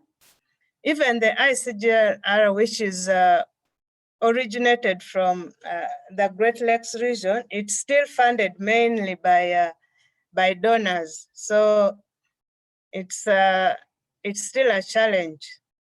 So Africa needs to wake up. For instance, maybe the AU can adopt the pact and make it an African, invite other African member states to join and become members, and then it's enforced within Africa. Apart from that, with regard to certification, the Great Lakes countries still think this is still a task which is too much for them. And if you look at some sources, they've asked for to be given a period of grace, especially in relation to the implementation of some of the international mechanisms. I've already mentioned lack of capacity, lack of national administration. The traceability and certification initiatives depend on the integrity of those administrations and the politicians who are giving sometimes the orders. Issues of corruption is still rampant in Africa. Issues of due diligence poses also a problem of reliability in relation to the quality and independence of the audits, because the credibility of the due diligence rests mainly on the independent third parties' verification statement. So I still think that the laws and policies within Africa are inadequate, and we need to come up specifically with laws, maybe imposing sanctions, clearly providing for how the certification and assurance schemes can be achieved. Also, it's very hard to just concentrate on the conflicts without talking about the environmental effects of mining. So some of the laws and policies need to clearly provide for sustainable mining in the different African regions. Formalization of ASM is also another area. I'm glad the previous presenter touched on that exhaustively, because in most of the areas with this conflict, there are ASMs, and they are the most affected. So we need to quickly formalize the ASM and maybe find ways of financing, enabling them to access finances so that they can operate in a more organized manner. And then they might be able to meet the standards that are required by the EU, the US, and other countries. Issues of transparency is still very scarce in Africa. It's very hard to find data on the volume of minerals that are produced and exported. So those are still some of the issues. So I'll end there, maybe just to mention that Uganda is also currently reviewing its Mining Act. The current one was passed in 2003, and it was very inadequate. It didn't address most of the challenges that are facing the mining industry at the moment. It didn't provide for value addition. It didn't provide for most of, actually ASM was considered illegal in the current Mining Act, but now there's a Mining and Minerals Bill 2021, which is in advanced stages, and it addresses most of the issues and also operationalizes the policy of 2018. So I will end there for now, unless members have any issues specifically or questions. Thank you very much. Thank you very much, Madam CEO. I'll share my presentation via email. Okay.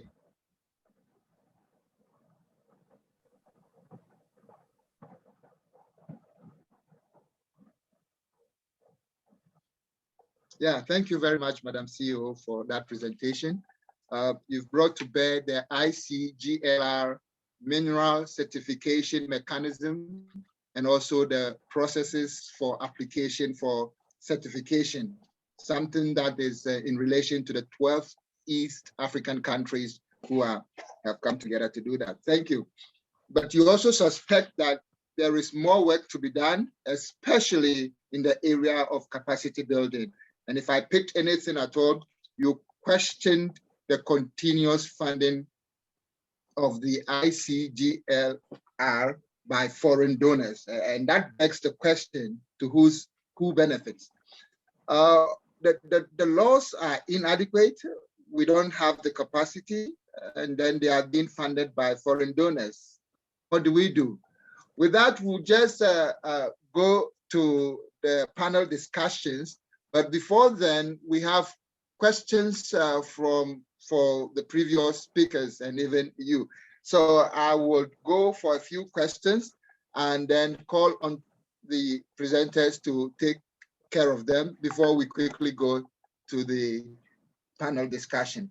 The first question comes from Franchiti. And Franchiti, I suspect this question goes to Lotte. Franchiti wants to know who or EU country or EU institution decides on which country is CARA compliant or not. I think Lotte, can you, do you make meaning of that? Yes, thank you. Okay, please take the moment. So the list with CARA countries has been made by an institution called RAND, which is a non-for-profit policy research organization.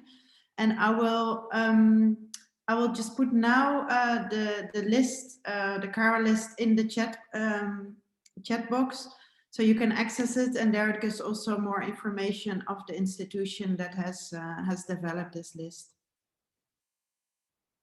Okay, okay. You still have the next question. It's coming from Ellis. Ellis wants to know if there are any imperatives from the EU to lower the thresholds to encompass the 99 kilogram exports, for example.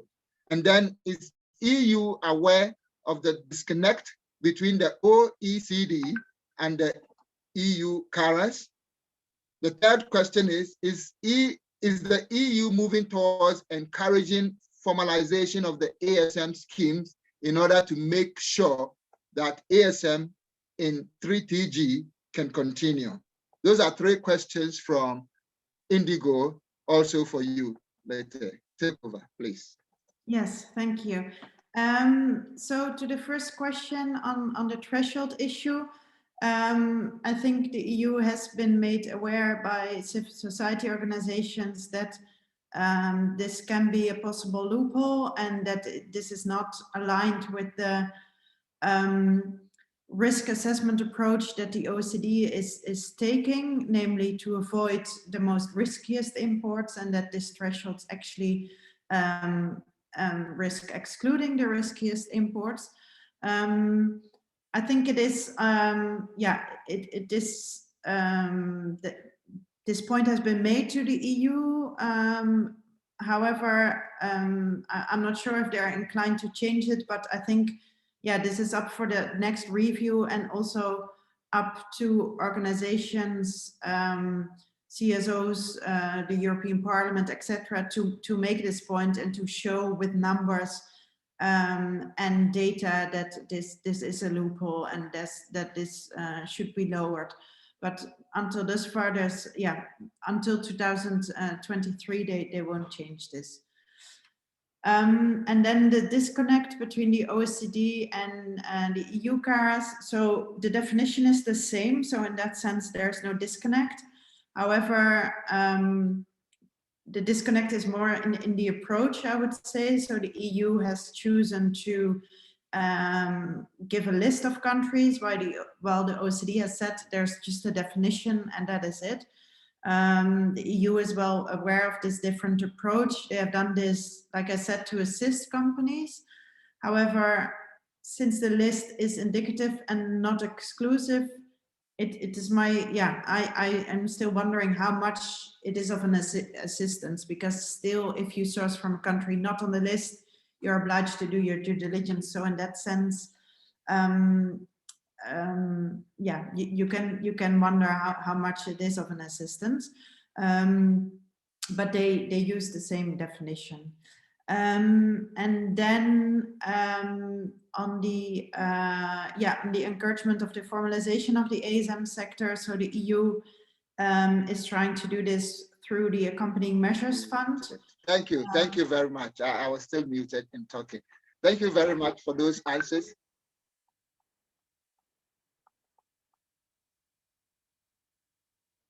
Yes, please go ahead. I think we lost you, or I did. Please proceed, Lotte, and give finalize your comments. Okay.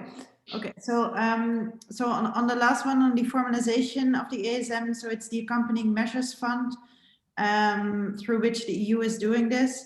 Yeah, there are several projects that are funded to specifically work on the formalization. However, you can wonder how structural this is, because these are just projects here and there. So it's not, yeah, in that sense, it remains efforts that are taking place in certain countries and certain areas and certain mines. So that is the approach, the current approach. Okay, thank you very much. At this juncture, we'll hand over to Dr. MUGYENYI, who is the MADI board chair, to quickly take us through the panel discussion. There are more questions after the panel discussions. We'll include that in the question and answers time. Thank you very much. Over to you, Dr. MUGYENYI.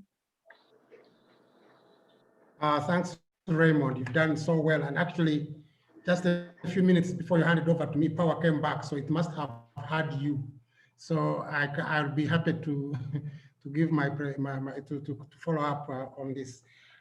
We've had fantastic presentations. We had an overview and a detailed presentation on what the EU new law on conflict minerals is, the scope, how it affects the ASMs, how it affects countries that will be affected.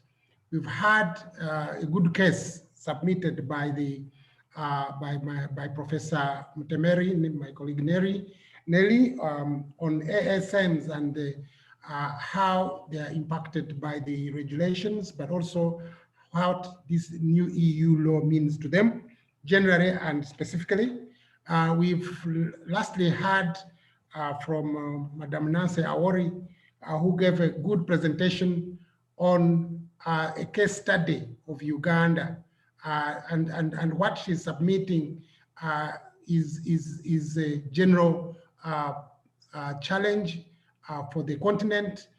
Most of the countries on the continent are trying to review their mining laws or mineral resource laws and policies to fit their visions, to fit the regional visions. ECOWAS has an ECOWAS policy. East African has an East African Community bill, although I don't know if it has come into force. But above all, we have the Africa Mining Vision. SADC has got industrialization policy looking at, commodity-based industrialization. So most of the countries in Africa are trying to look at the laws to fit into the country's vision and the sub-regional vision and the continental vision. But we have had Nancy outline what Uganda is doing, what has been into the old law of 2003, and probably the bill will rectify some of these to align with the policy. So countries are reviewing their policies, but now we have a new EU law that has come into force that most of the countries on the continent needs to relook on how they develop their laws. But also, Nancy alluded to the fact that these regulations and laws that we are trying to align to are non-African. They are only coming from outside, and we are trying to actually comply. It's just conformity and compliance, not like it is for Africa, but we have to comply because we want to ensure that minerals feed into our industrialization, our development agenda. We also heard that this mineral law, this law is more of big companies, large-sized companies, and therefore our artisanal small-scale miners will still have a challenge. What does this mean? We know that minerals have got to be traded either way. This is historical. Ghana has been into the mining since the Ashanti mining in 7th century. Mali has been mining. We know that Massa trekked all the way to Hijr in Mecca with almost 30 tons of gold, 24 of which were actually value added. So gold has been traded. This mineral has been trading. Now, and most of them in Africa are mined by artisanal small-scale mining. In fact, globally, almost 600 metric tons are mined by artisanal small-scale mining. And this is about between 15 to 20% of the gold production, of the world gold production.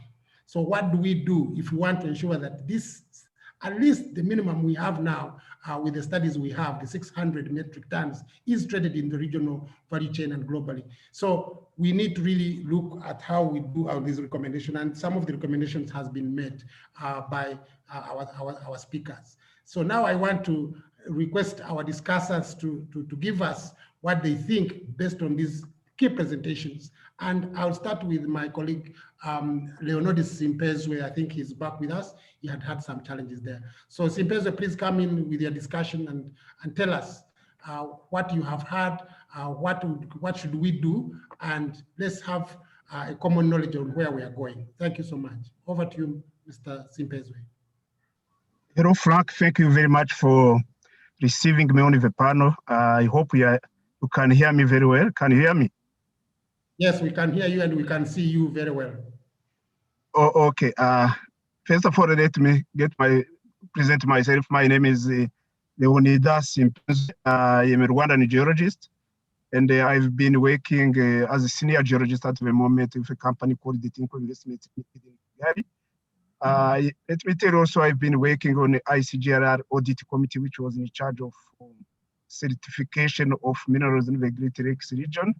And also I've been a part of East African community, group of experts on the natural resources. So this was in the framework of trying to curb all the issues which are related to the minerals in Africa.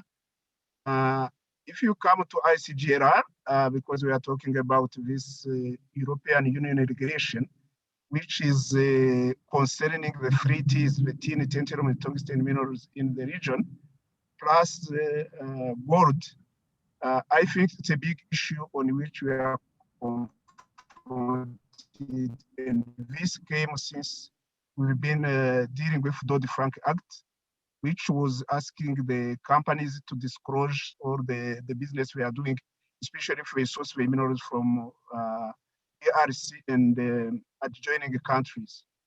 I made a small short presentation because it's not very big, but if you see the number of countries which are concerned, it's more than 12 countries, because we've got 12 countries in the African Great Lakes region, plus countries like Ethiopia, Egypt, and the Southern and the SADC countries, which are also part of this region.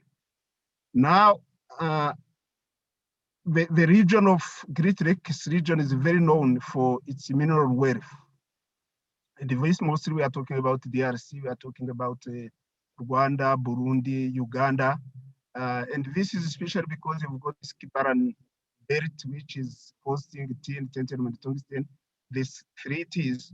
And this is a big problem if countries have to put a sort of certification on the minerals. To give you an example, on free T's, we've got tantalum, the region, the Great Lakes region is supplying more than 32% of the world consumption of tantalum. And it's producing also 4% of the world production of tin. It's producing more or less 0.7 to 1% of gold, which is used in the world. And it's also producing more or less 1.4% of the tungsten, which is also produced in the world. So this is very important because Africa not having been explored very much, it means that you can get more production from this, and we expect once we push up our exploration and we'll discover more and more deposits of these minerals definitely in the region. Unfortunately, when you put a sort of barrier, if I say like that, on the movement of minerals in the region, this goes with a cost. If I tell you, for example, how much costs one producer into the region here, you have to pay, if you want to export 1 ton of tantalum, you have to pay $180 US per every ton you export as traceability and certification fees. You have to pay as well $130 US in order to export 1 ton contained of cassiterite or tin ore. And for Wolfram, you have to pay $120 per every ton that you are exporting.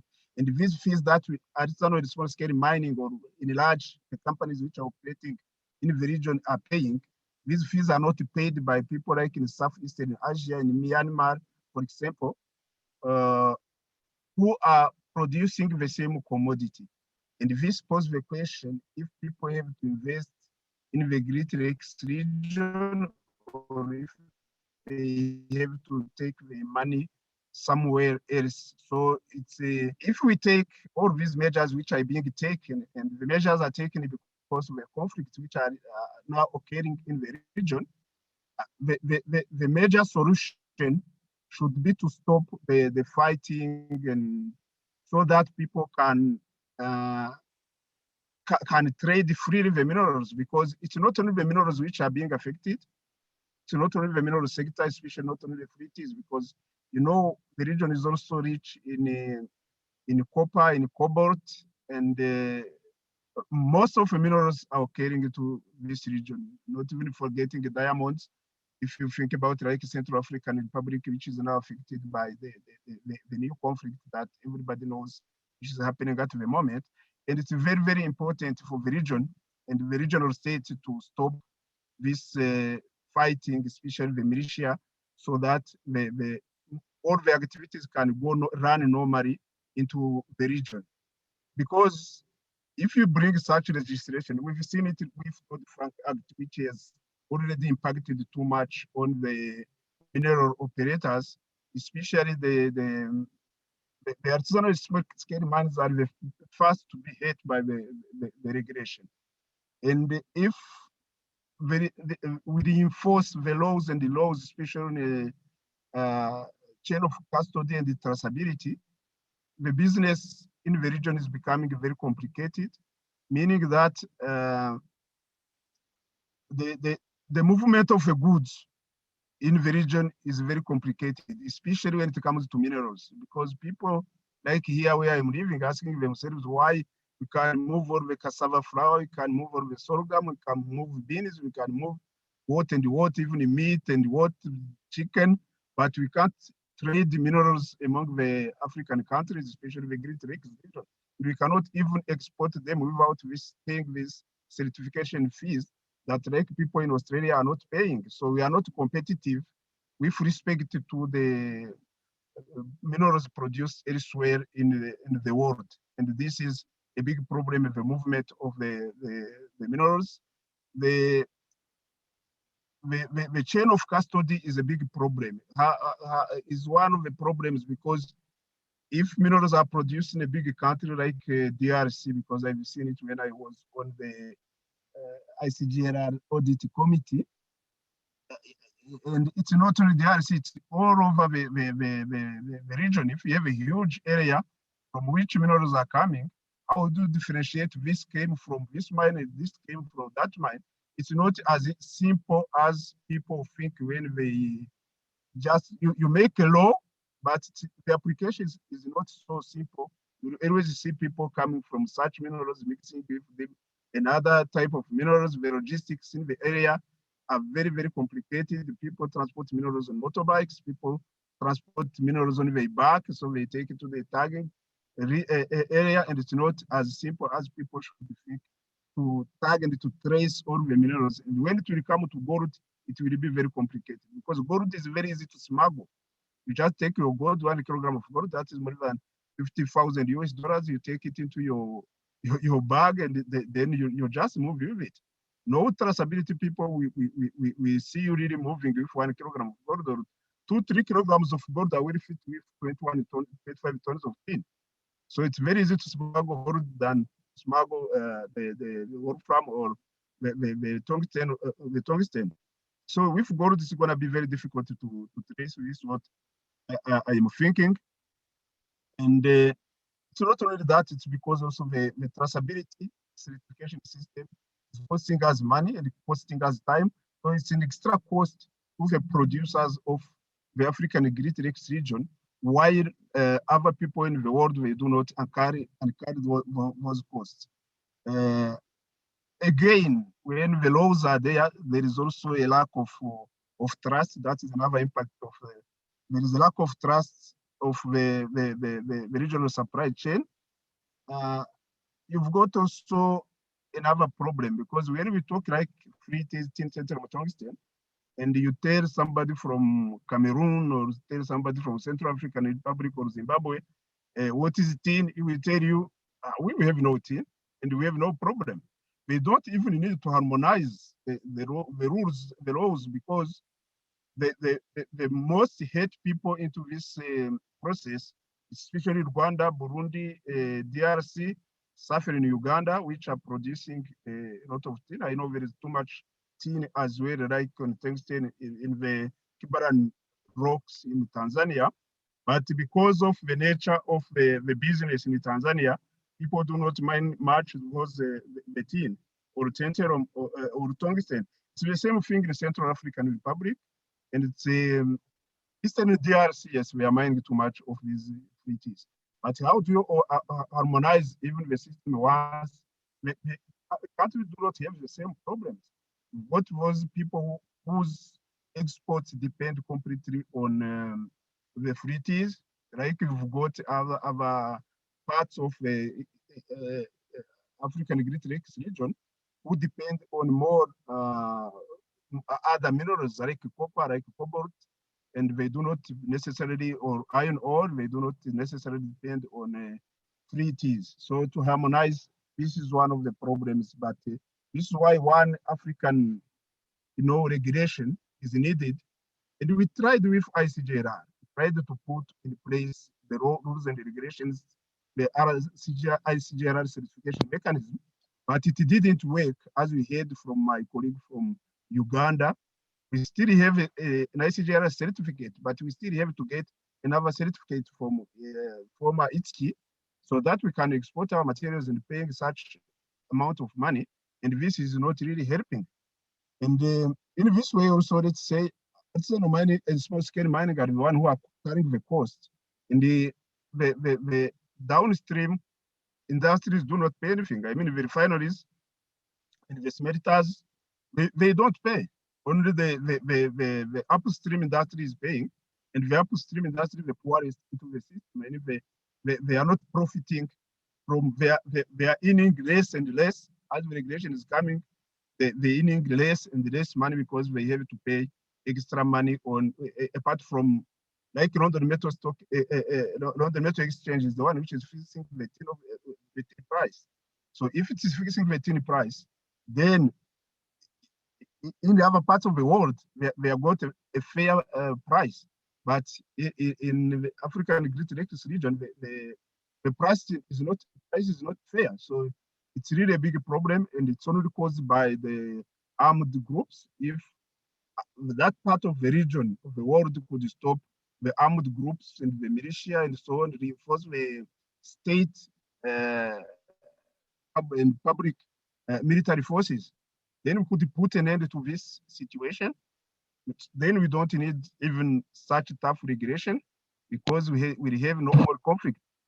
And it's important to advise our head of state to look at the conflict and then to try to give an answer to that. And that will solve this will be the long last solution to the issue we are having at the moment. I'm not going to be very long because I am discussing to the matter. And if we need, we should have a long discussion for which I should take you for a long presentation where we get more than 1 hour and we discuss fully in detail what's happening. Thank you very much.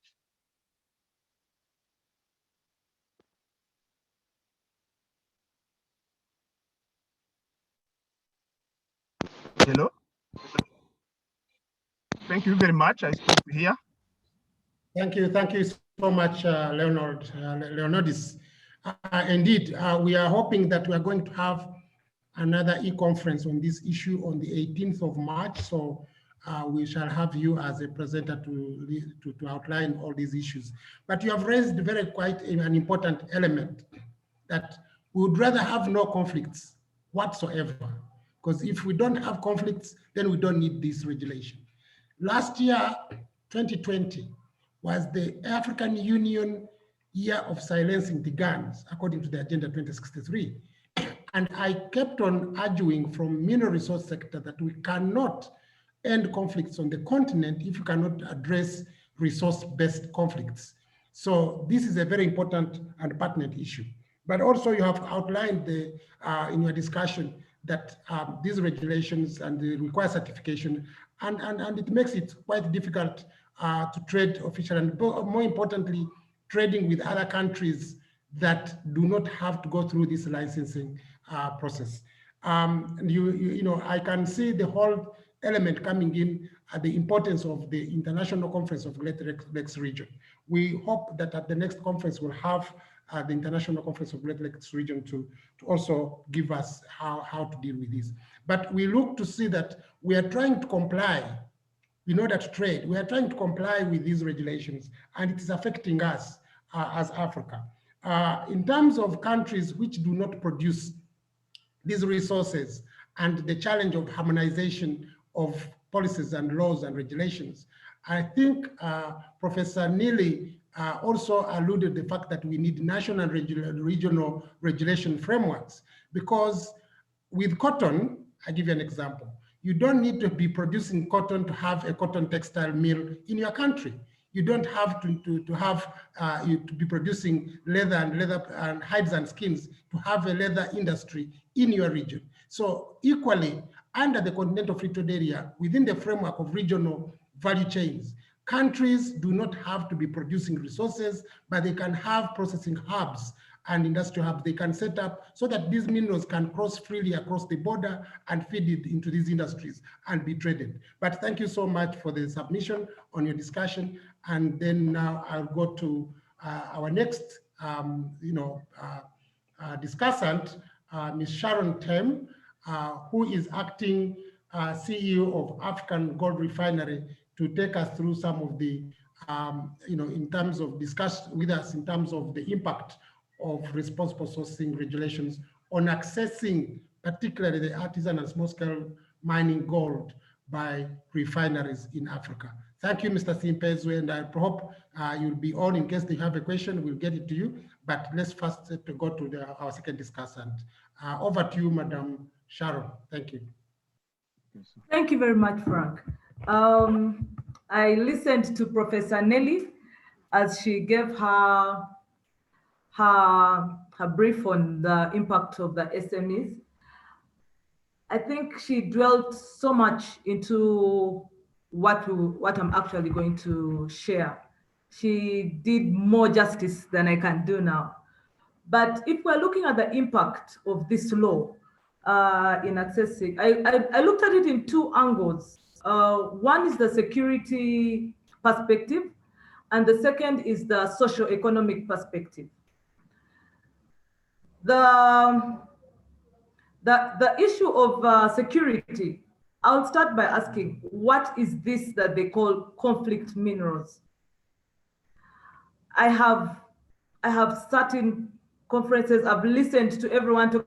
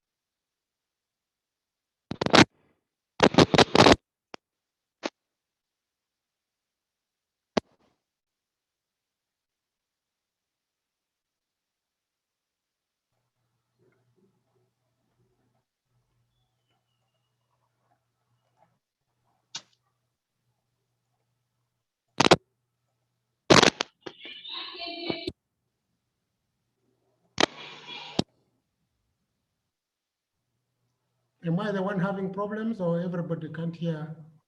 I suspect she's gone off. Have we lost Madam Sharon? So Yes, she will wait until she comes back. Oh, Yeah, I think we can go to the next one. We'll come back to yeah, Sharon. Let's go to the next presenter. When Madam Sharon comes back, we shall bring her back to join us. I'd like to bring on, but she had started with a good submission, and I would have liked that submission. What are conflict minerals, and what is that classification of conflict minerals?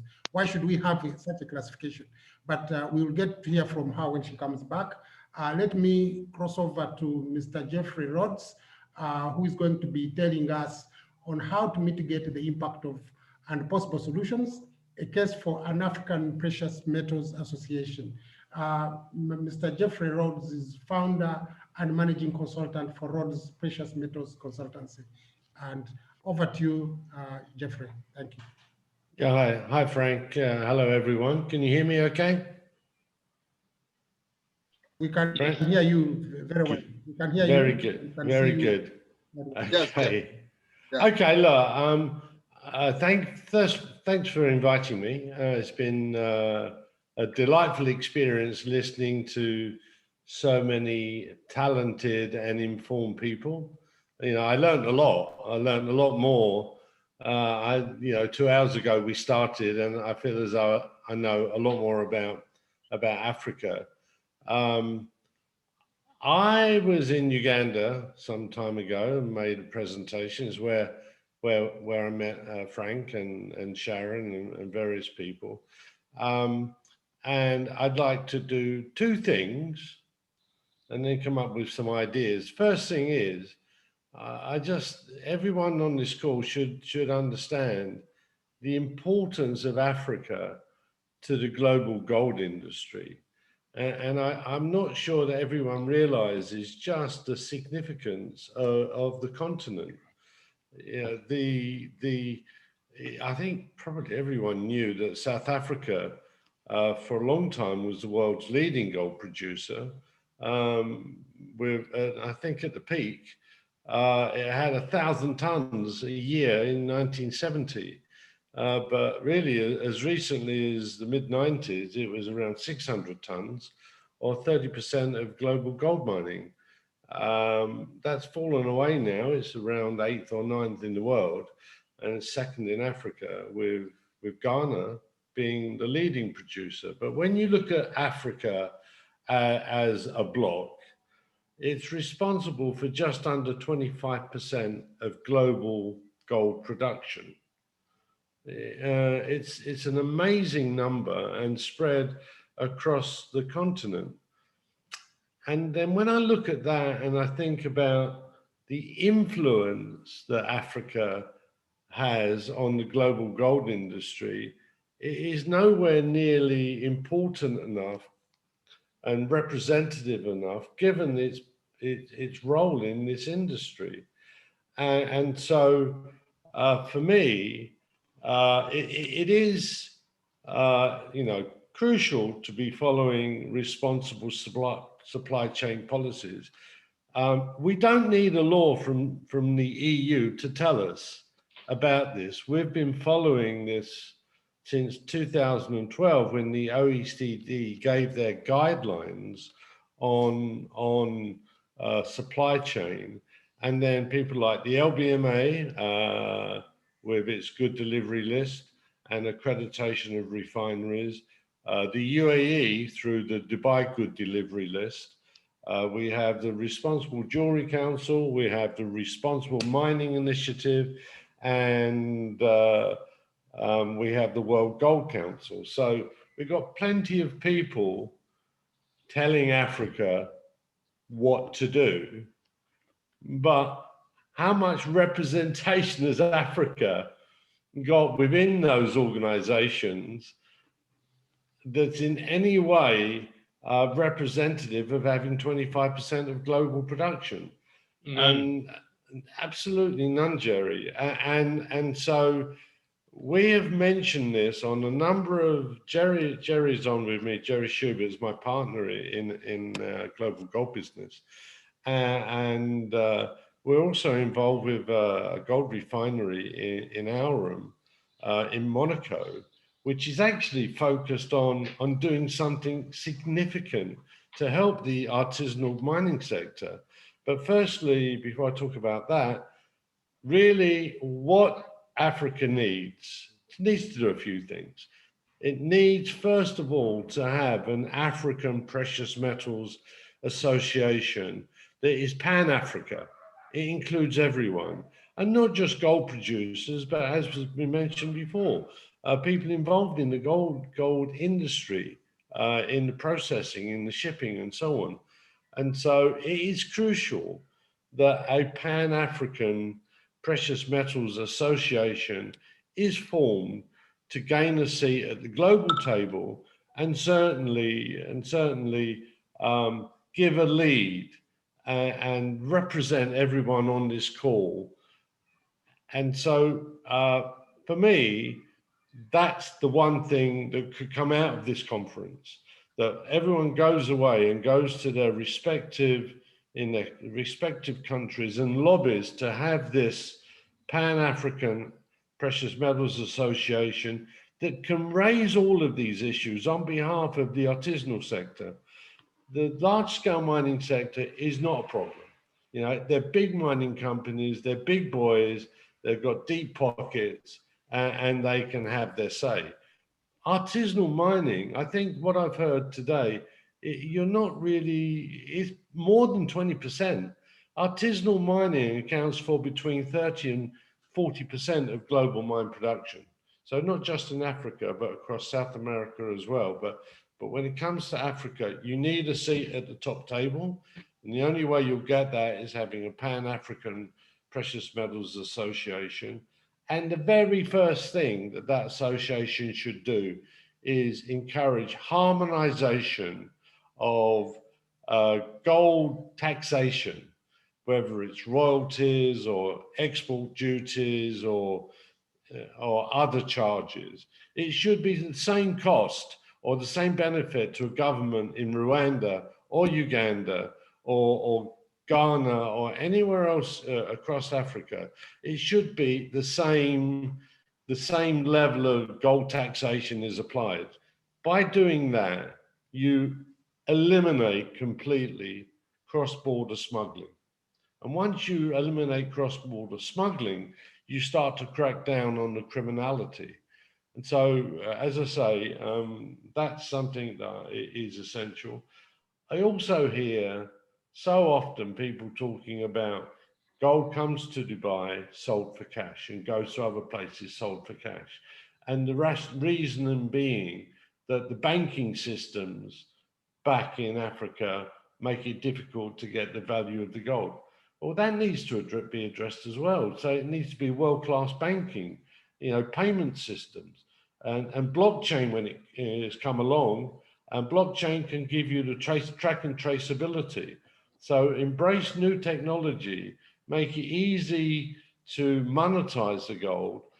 But on top of all of this, Africa should be adding value internally.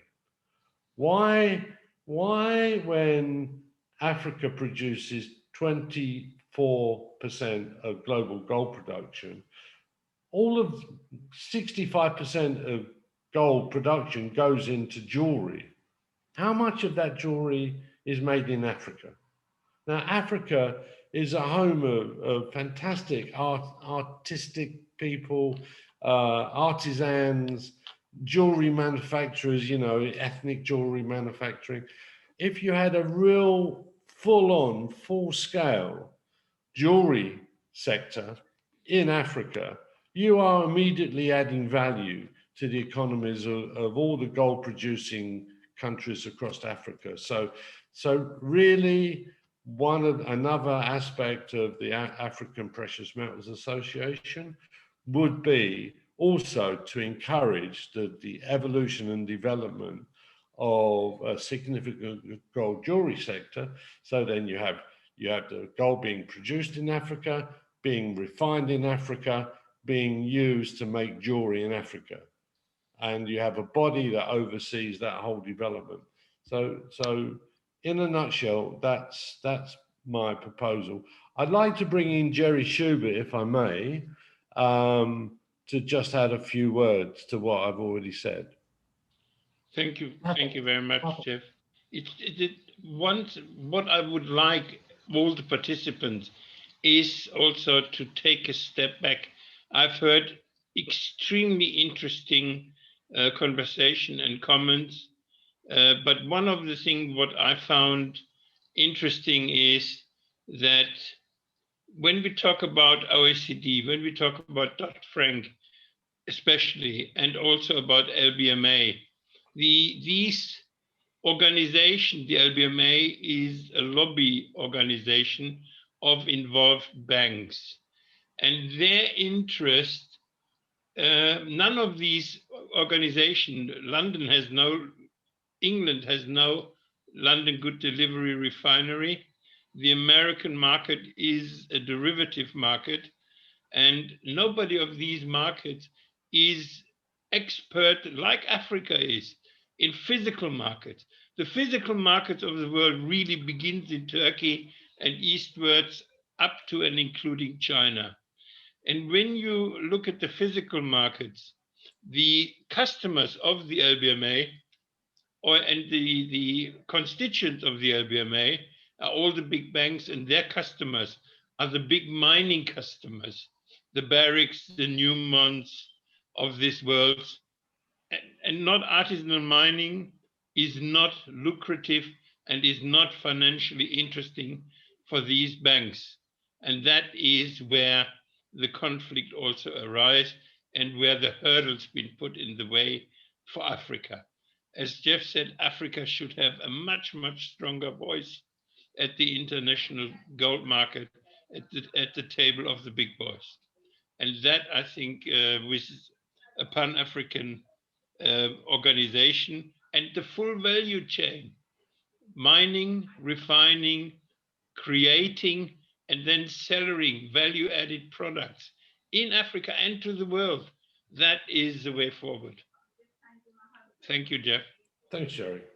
So, Frank, you know, I don't have a presentation prepared, and but you see what I love about webinars, and we're from all over the world. Jerry's sitting in London, I'm sitting in the UAE, and people across Africa. You know, we're all together here, and I think we can really make a difference. So, you know, we have to go from having this, if you like, talking shop. I love your idea about having a monthly webinar. You know, I mean, what I would be doing, I'd be having sort of a continuation. I would be having topics that you bring up. Like, we're almost here creating the African Precious Metals Association de facto. You've got the group of people here, and, you know, we can form between us policies. We can. And those policies should be aimed at giving fair value to Africa. Africa, for centuries, hasn't received fair value for its assets. It hasn't. And it's because there are vested interests who don't want to see it. Well, Jerry and I are both of an age where we're thinking much more holistically and for a much fairer society.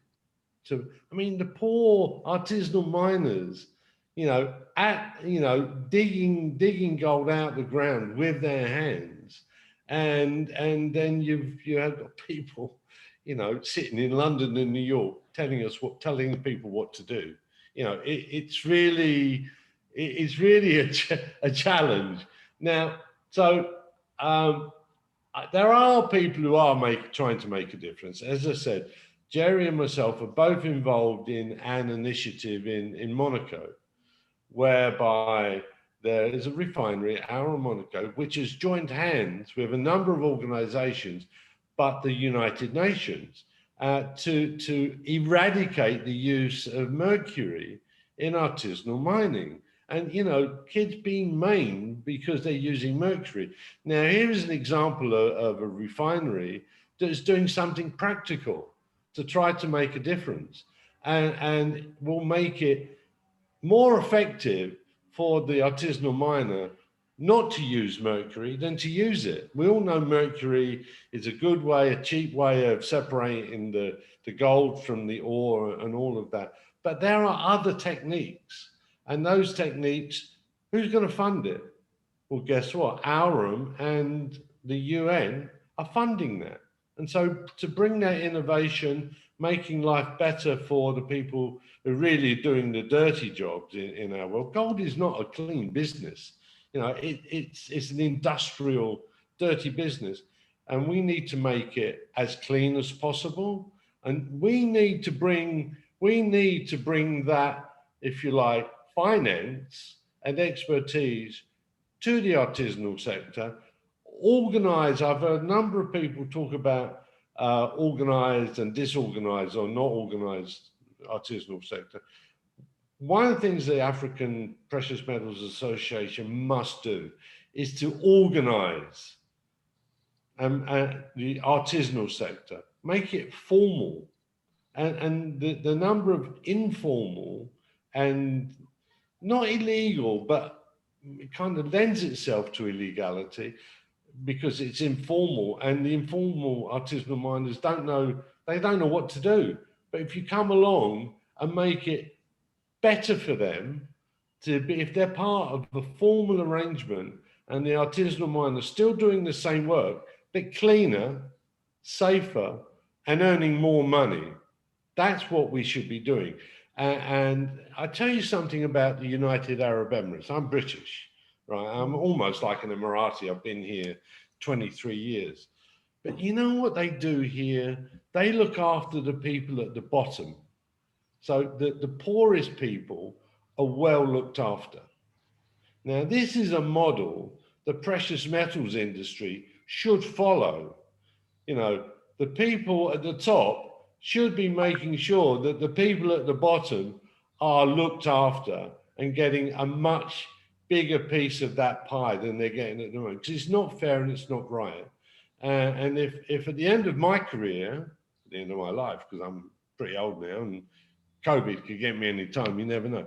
I'd like to think that we make a difference and we actually make the life of the artisanal miner in Africa formal and much better for them and for their families.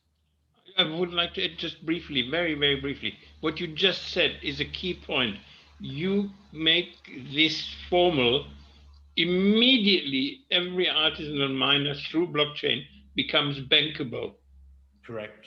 Absolutely. And correct. Then we are at fair prices, we are at world market prices. Correct. Fantastic. Thank you so much, Jahad. You've just mentioned that most of the market, physical market is in Africa. Most of the market in the West, America and Europe is derivatives, the exchange traded funds and so forth and so forth. And I was going to ask a question earlier on both of you, because we are looking at the African Continental Free Trade Area. Now we are looking, I mean, the gold lost its, the world lost the gold-backed currency in 1971 when you know America decided to get rid of it. But gold has been used as an a medium of exchange for centuries, right from the time immemorial. And Jeffrey did present to this on the Ugandan Mineral Wealth Conference at one point.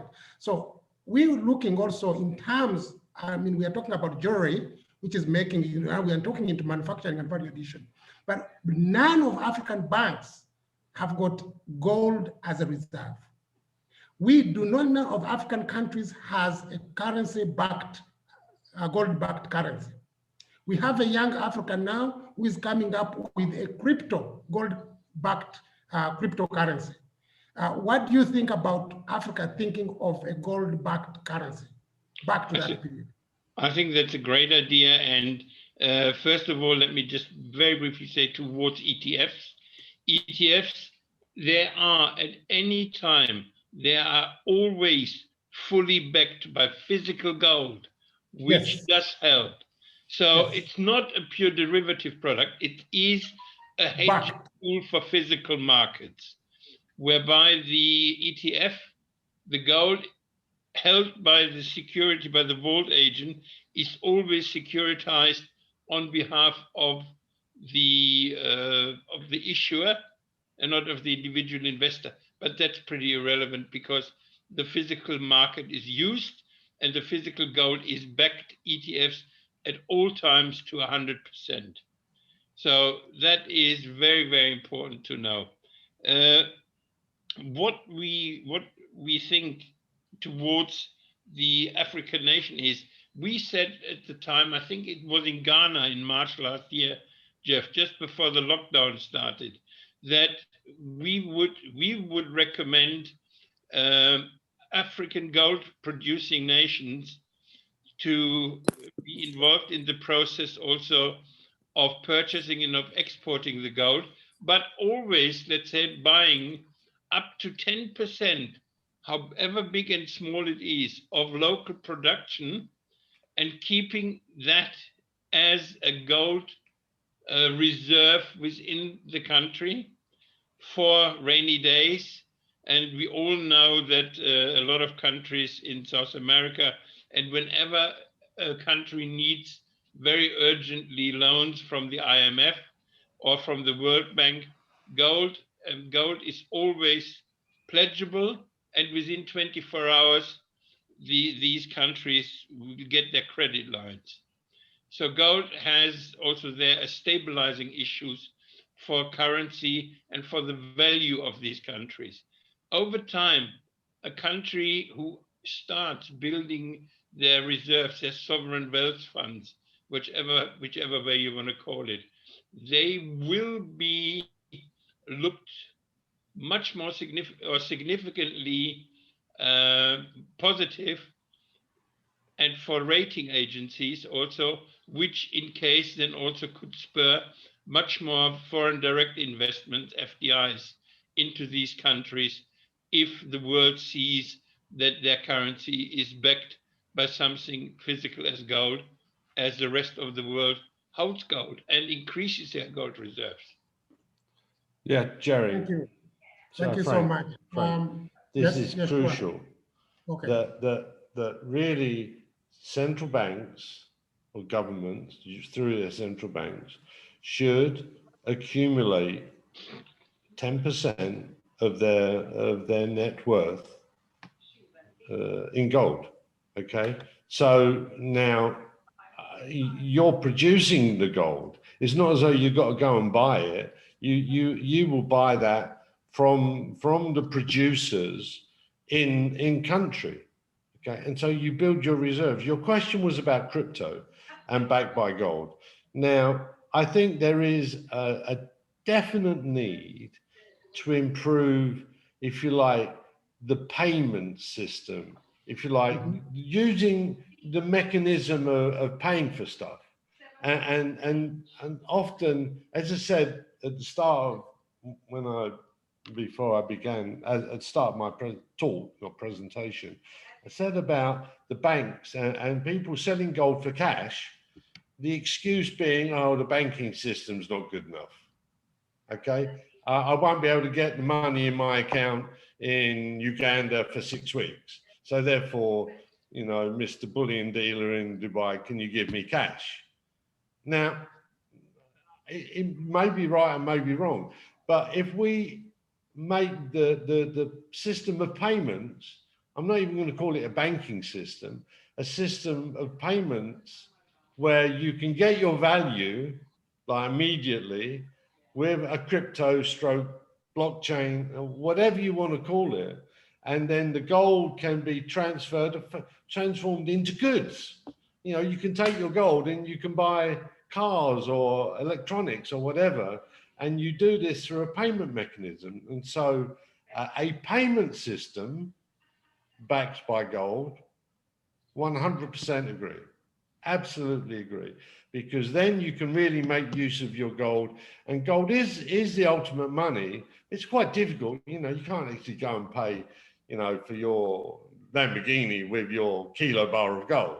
So, you know, if you actually have a situation where you have a payment mechanism, a payment system, which is underpinned by gold, then that really would work. And across Africa, I think the digitization of gold backed by physical would be a massive success.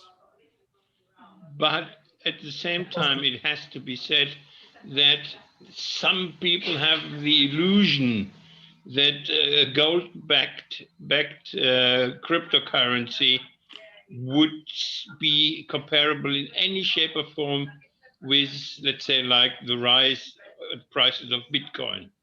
That will never be the case. The moment a currency or a cryptocurrency is fully backed by gold, it's the underlying asset what determines the value of the crypto. You can add insurance costs and you can add a little premium to it, but the value of the crypto fully backed by gold will always be at or around the world gold market price. Thank you so much. Otherwise, you arbitrage. Okay, Frank, back to you. Thank you so much. We are running out of time. This is fantastic. Jeffrey, we'll definitely have to have you again over this, and I'm going to be coming back to you. But as you mentioned, that the establishment of the African or Pan-African Precious Metals starts today. That one I take it for, take it as taken, and we'll work on that. Sharon did come back, and people who are still on, we're supposed to be finishing at 5, but we can extend a little bit of time.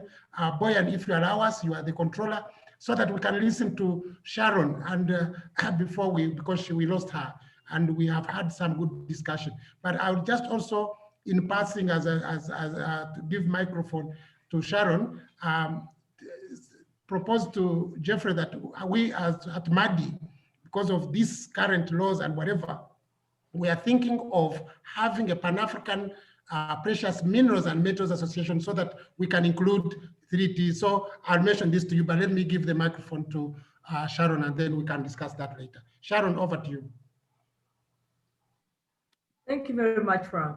I won't take a lot of your time, but I want to start from where you have stopped. Yes, we need this association for Africa to solve our African challenges. I'm in support of that as well. The EU regulation in regard to African refineries, I think we are 2 or 3 gold refineries in Africa.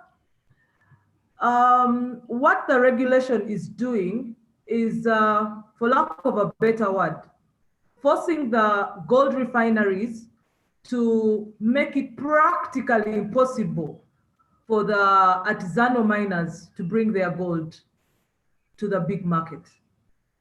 When you say responsible sourcing of gold to an artisanal miner who brings his gold, because the artisanal miners are basically the lifeblood of every gold refinery in Africa or in the world. They are the lifeblood. And I have seen the regulations when it comes to due diligence. The due diligence requirements are almost impossible for the artisanal miner to ensure that they're actually done.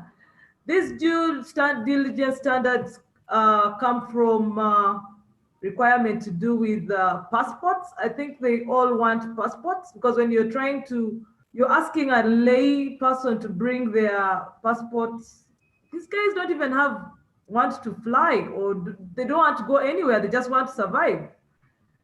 Their monthly wage is about $20 to $40 a month. And I think when you tick the boxes of the due diligence requirements, it's one way of the EU saying, we do not want gold refineries in Africa. And if we keep quiet about this, we're going to wake up one morning and there's no gold refinery in Africa, let alone in the Great Lakes region. Because the gold refinery in the for example, African Gold Refinery as an example, we have daily monitoring from UN. There's daily monitoring from national. You see, the artisanal miner in bringing gold to the refinery is trying to access the market, and the gold tender is the dollar. So they tap into the foreign currency, which has a ripple effect into their socioeconomic living and standards of life. When they tap into that gold, the foreign currency, it becomes another dimension. I don't know if it's, why has Host stopped my video? It's okay, continue, we can hear you. Sorry, I stopped your video because of so that at least we can hear you clearly. We can hear you. Hello? Can you hear me? Yes, Sharon, go ahead, we can hear you, yeah. We can hear you. Hello? Yes, we can hear you. I think we removed the video. My screen was telling me the host had stopped me. Don't worry, I think the host removed the video so that you can be clearer on audio. Because the line was cutting. Sharon? I'm so Hello? sorry.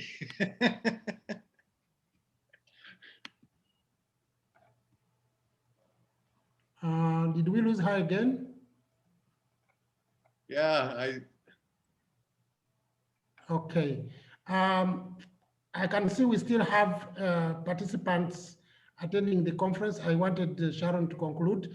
I had the recommendation, very strong recommendation from Gerard in London and Jeffrey in Emirates and Dubai.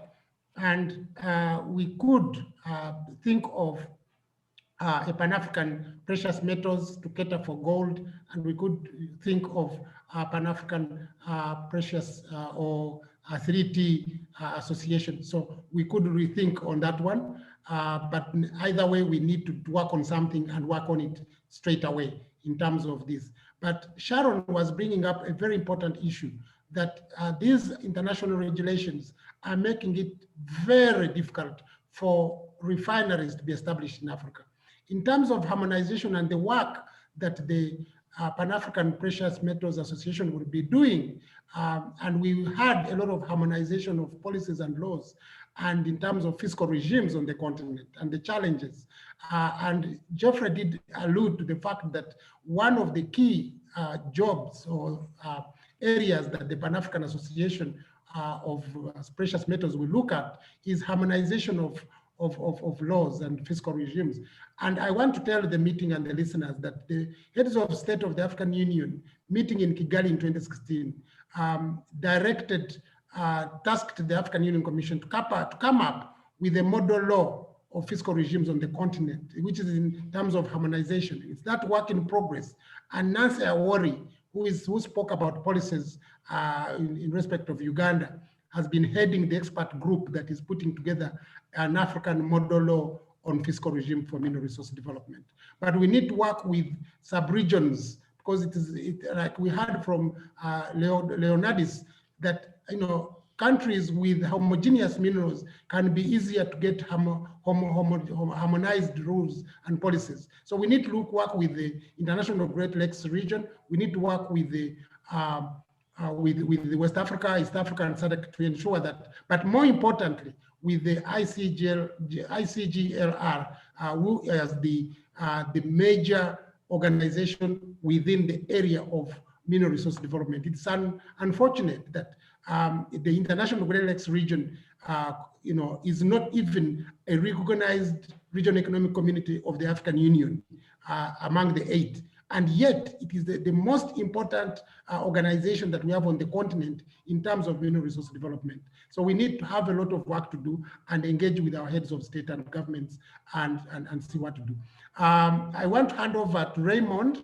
I will ask Boyan whether we can still do a Q&A, whether we conclude, and then but hand over to Raymond. But I want to, as I conclude, to thank everybody that has participated here, our speakers, our presenters, our people in the back office who are collecting all the questions and comments that will be posted on our website. And we have key recommendations from here that we have to take home, but one of them that is very pertinent and that has been also confirmed and by Sharon from the African Gold Refinery is that we must have an African Precious Metals Association. And following Jeffrey's words, it starts from here because we have enough experts on this panel, on this conference to start this. We already have put a concept note together. We shall be sharing it with those who want to know, and then we take it forward. But I want to hand over to Raymond and see if there are any other comments he wants to make reference to.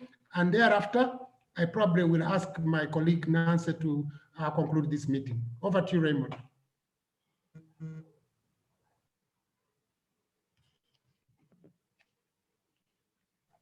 Is Raymond still with us?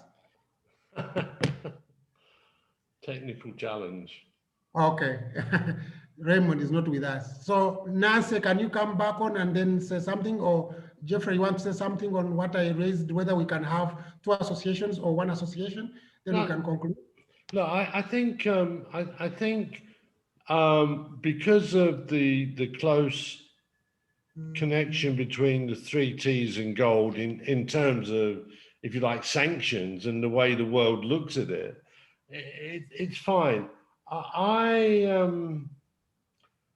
I'm not sure. Look, I definitely believe in an African Precious Metals Association to give the continent a place at the top table, definitely. And while, you know, you look at the LBMA, Frank, is no more and no less than a trade association. That's all it is. You know, Jerry was a member of the management committee there. I was the chairman of the public affairs committee, but the influence the LBMA has on the world of gold is out of all proportion to what it actually is. And so I don't know that you need to have sort of all the countries in Africa in one economic kind of a grouping to make for this to make sense. We need an association drawn from Africa to look after Africa and represent Africa in the world of gold. That's all we're talking about, and it's definitely doable. It needs to be funded. Everyone has to, you know, we have to run the thing, but you will end up definitely being listened to much more. And I look forward to when there is an African law on global precious metals industry and not an American or an EU or Timbuktu. It should be an African Precious Metals Association and an African standard for supply chains. Jerry. Yeah, well, I mean, this is all right, but for example, if you look, there are quite a lot of countries in Africa whom we would like also to be bound in and to join this, even so they're not producing gold. But where in the world would be the world industry of televisions without iridium from Africa, without cobalt from Africa, and so on? So Africa is the world's raw material well. Yeah. And in a way, there could be countries involved who have these assets, but not gold. But they would have a common voice then in one organization, and then under the one umbrella organization, you have a sub-organization for the African Precious Metal Association. Great idea. So Frank, the answer is yes and yes, because yes, you should have a Pan-African Precious Metals and Minerals Association as the big body. Okay. Yeah. Then within that, one of the committees is for precious metals. One is for tungsten. One is for, you know, this and that. It would be absolutely fantastic. Really, really would be. Yeah, so under one big umbrella, and then because I thought we could also bring in the diamond and other precious minerals. Absolutely. Absolutely. And gemstones and jewelry, feeding into that jewelry. You know. It would be powerful. It would be a powerful lobby, you know, what they call a lobbyist. It would be very powerful. That was my thinking. So yeah, you're right. No, and Jerry, you're right as well. Frank, Jeff, I think if we just have just a very brief look, Africa provides the raw materials for the world, but never, ever, ever have got fair value for it. Correct. That is what needs to change. And this organization and this framework and structure would help all African states, all African countries, and not just a few. Jerry, I want to answer that. Sorry, Frank, I know you want to finish it. I think the big boys, the big mining companies do get their fair share.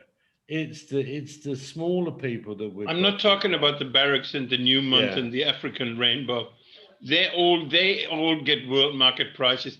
They get even potentially premiums on the spot prices. Yeah. They've been looked after because that are the customers for the derivative hedging banks. Absolutely. Right. Okay. Thank you so much. That I think I'm going to look for you. You just have to send me your number. Then when I'm in London, I'm looking for you. So Jeff has my number. I will be from Sunday onward. I will also be back in the UAE. Okay, so we'll chat over this and then see the way forward.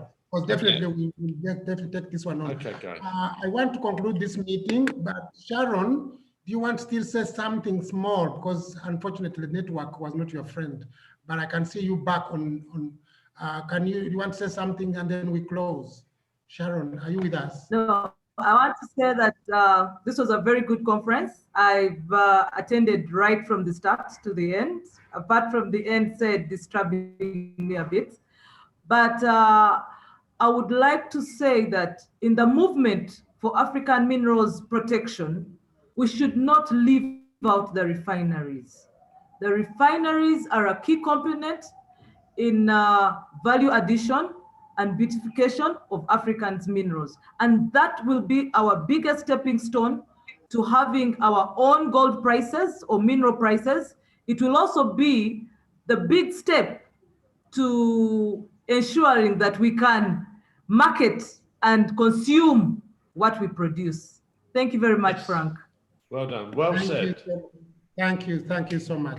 Nancy, please come on and thank you so much, Jeffrey and everybody who has contributed to this. We have an outcome that will continue from here. We have other recommendations that came from NELLIE and others. Our team will put them together, we'll share them, and then look forward to our next e-conference, monthly conference next month. And then we can take on more matters from there. Nancy, please, over to you so that you can conclude. But if NELLIE wanted to make any comment, please, you're welcome. Otherwise, I will hand over to Nancy. So thank you very much for the opportunity, Frank. I think this was a really exciting intervention. I think I'm sure you're going to give us more of this. Your MADI is providing a platform for very rich discussions and advancing the objectives of the Africa Mining Vision. And I really want to commend you for all this effort that you're making. And I'm grateful that you invited me to participate in this event. Thank you. Thank you. Can I bring also Lotte? Do you have something to say in a minute if you're still with us? Thank you for your presentation. It was fantastic. It set the stage and we are still here discussing and we can go on until cows come back home, like we say in Africa. But because it's a very pertinent issue and my colleagues are in the back room, they are saying, oh, Frank, we are going beyond 5 o'clock, but this is an important issue for Africa. Lotte, please give us your last word if you have one, and we'd be happy to hear from you. And we look forward to working with you and EPRM and others. Thank you very much. Yeah, I think it was really great and insightful today. Yeah, like I said, I have been with some others advocating at the EU level to involve producing countries, not just from Africa, but around the globe, but obviously also from Africa, to be involved in this debate. And this has been a really long journey. And we have tried with several conferences, but actually this is the first conference I attend that is actually organized by producing countries instead of inviting them, having a seat on the table. And I think that is really important. And yeah, I'm really eager to continue this discussion and see how the EU regulation can be of an added value to Africa, because that's what it aims to do. And yeah, like I said in my presentation as well, I see definitely risks there. But yeah, let's try to keep the finger on the pulse that this is going to be a success, and if not, that we have the data and the information available to make a point in 2 years when the review is there, that things should change. Because and with that we should change now, or sorry, we should start now with monitoring that, so we can have a case for the EU in 2 years. Thank you so much. Over to you, Madam Nancy. And for those, I want to say thank you so much and goodbye from me. I'll hand over to Nancy to say the last words and we close. But we'll see you soon in our next e-conference. Thank you so much. Thanks, Jeffrey. Thanks, Lotte. Thanks, NELLIE. Thanks, Gerald. Thanks, Nancy, for presenting, and Leonardis. Thank you so much. Bye-bye. Thank you very much to all our presenters. and to the organizers and the participants for this wonderful conference. The proposal to have an African Precious Metals Association is so timely, and also the proposal that probably it's time for the African Union to formally recognize ICGLR and to come up with a certification mechanism that takes into account Africa's needs is very timely, and we'll take all these recommendations. We'll discuss further in our next meeting, which is scheduled for 18th March. And we hope that 18th March, we hope that you will all participate once again. And I would also like to thank the MADI team for putting together this conference. Thank you so much, Mr. Chairman, Raymond, Nelson, Mary, and all the other team members who have been very instrumental in making sure that this conference is a success. I want to thank you. Thank you so much, and we'll see you in the next e-conference. Bye. Bye. Thank you.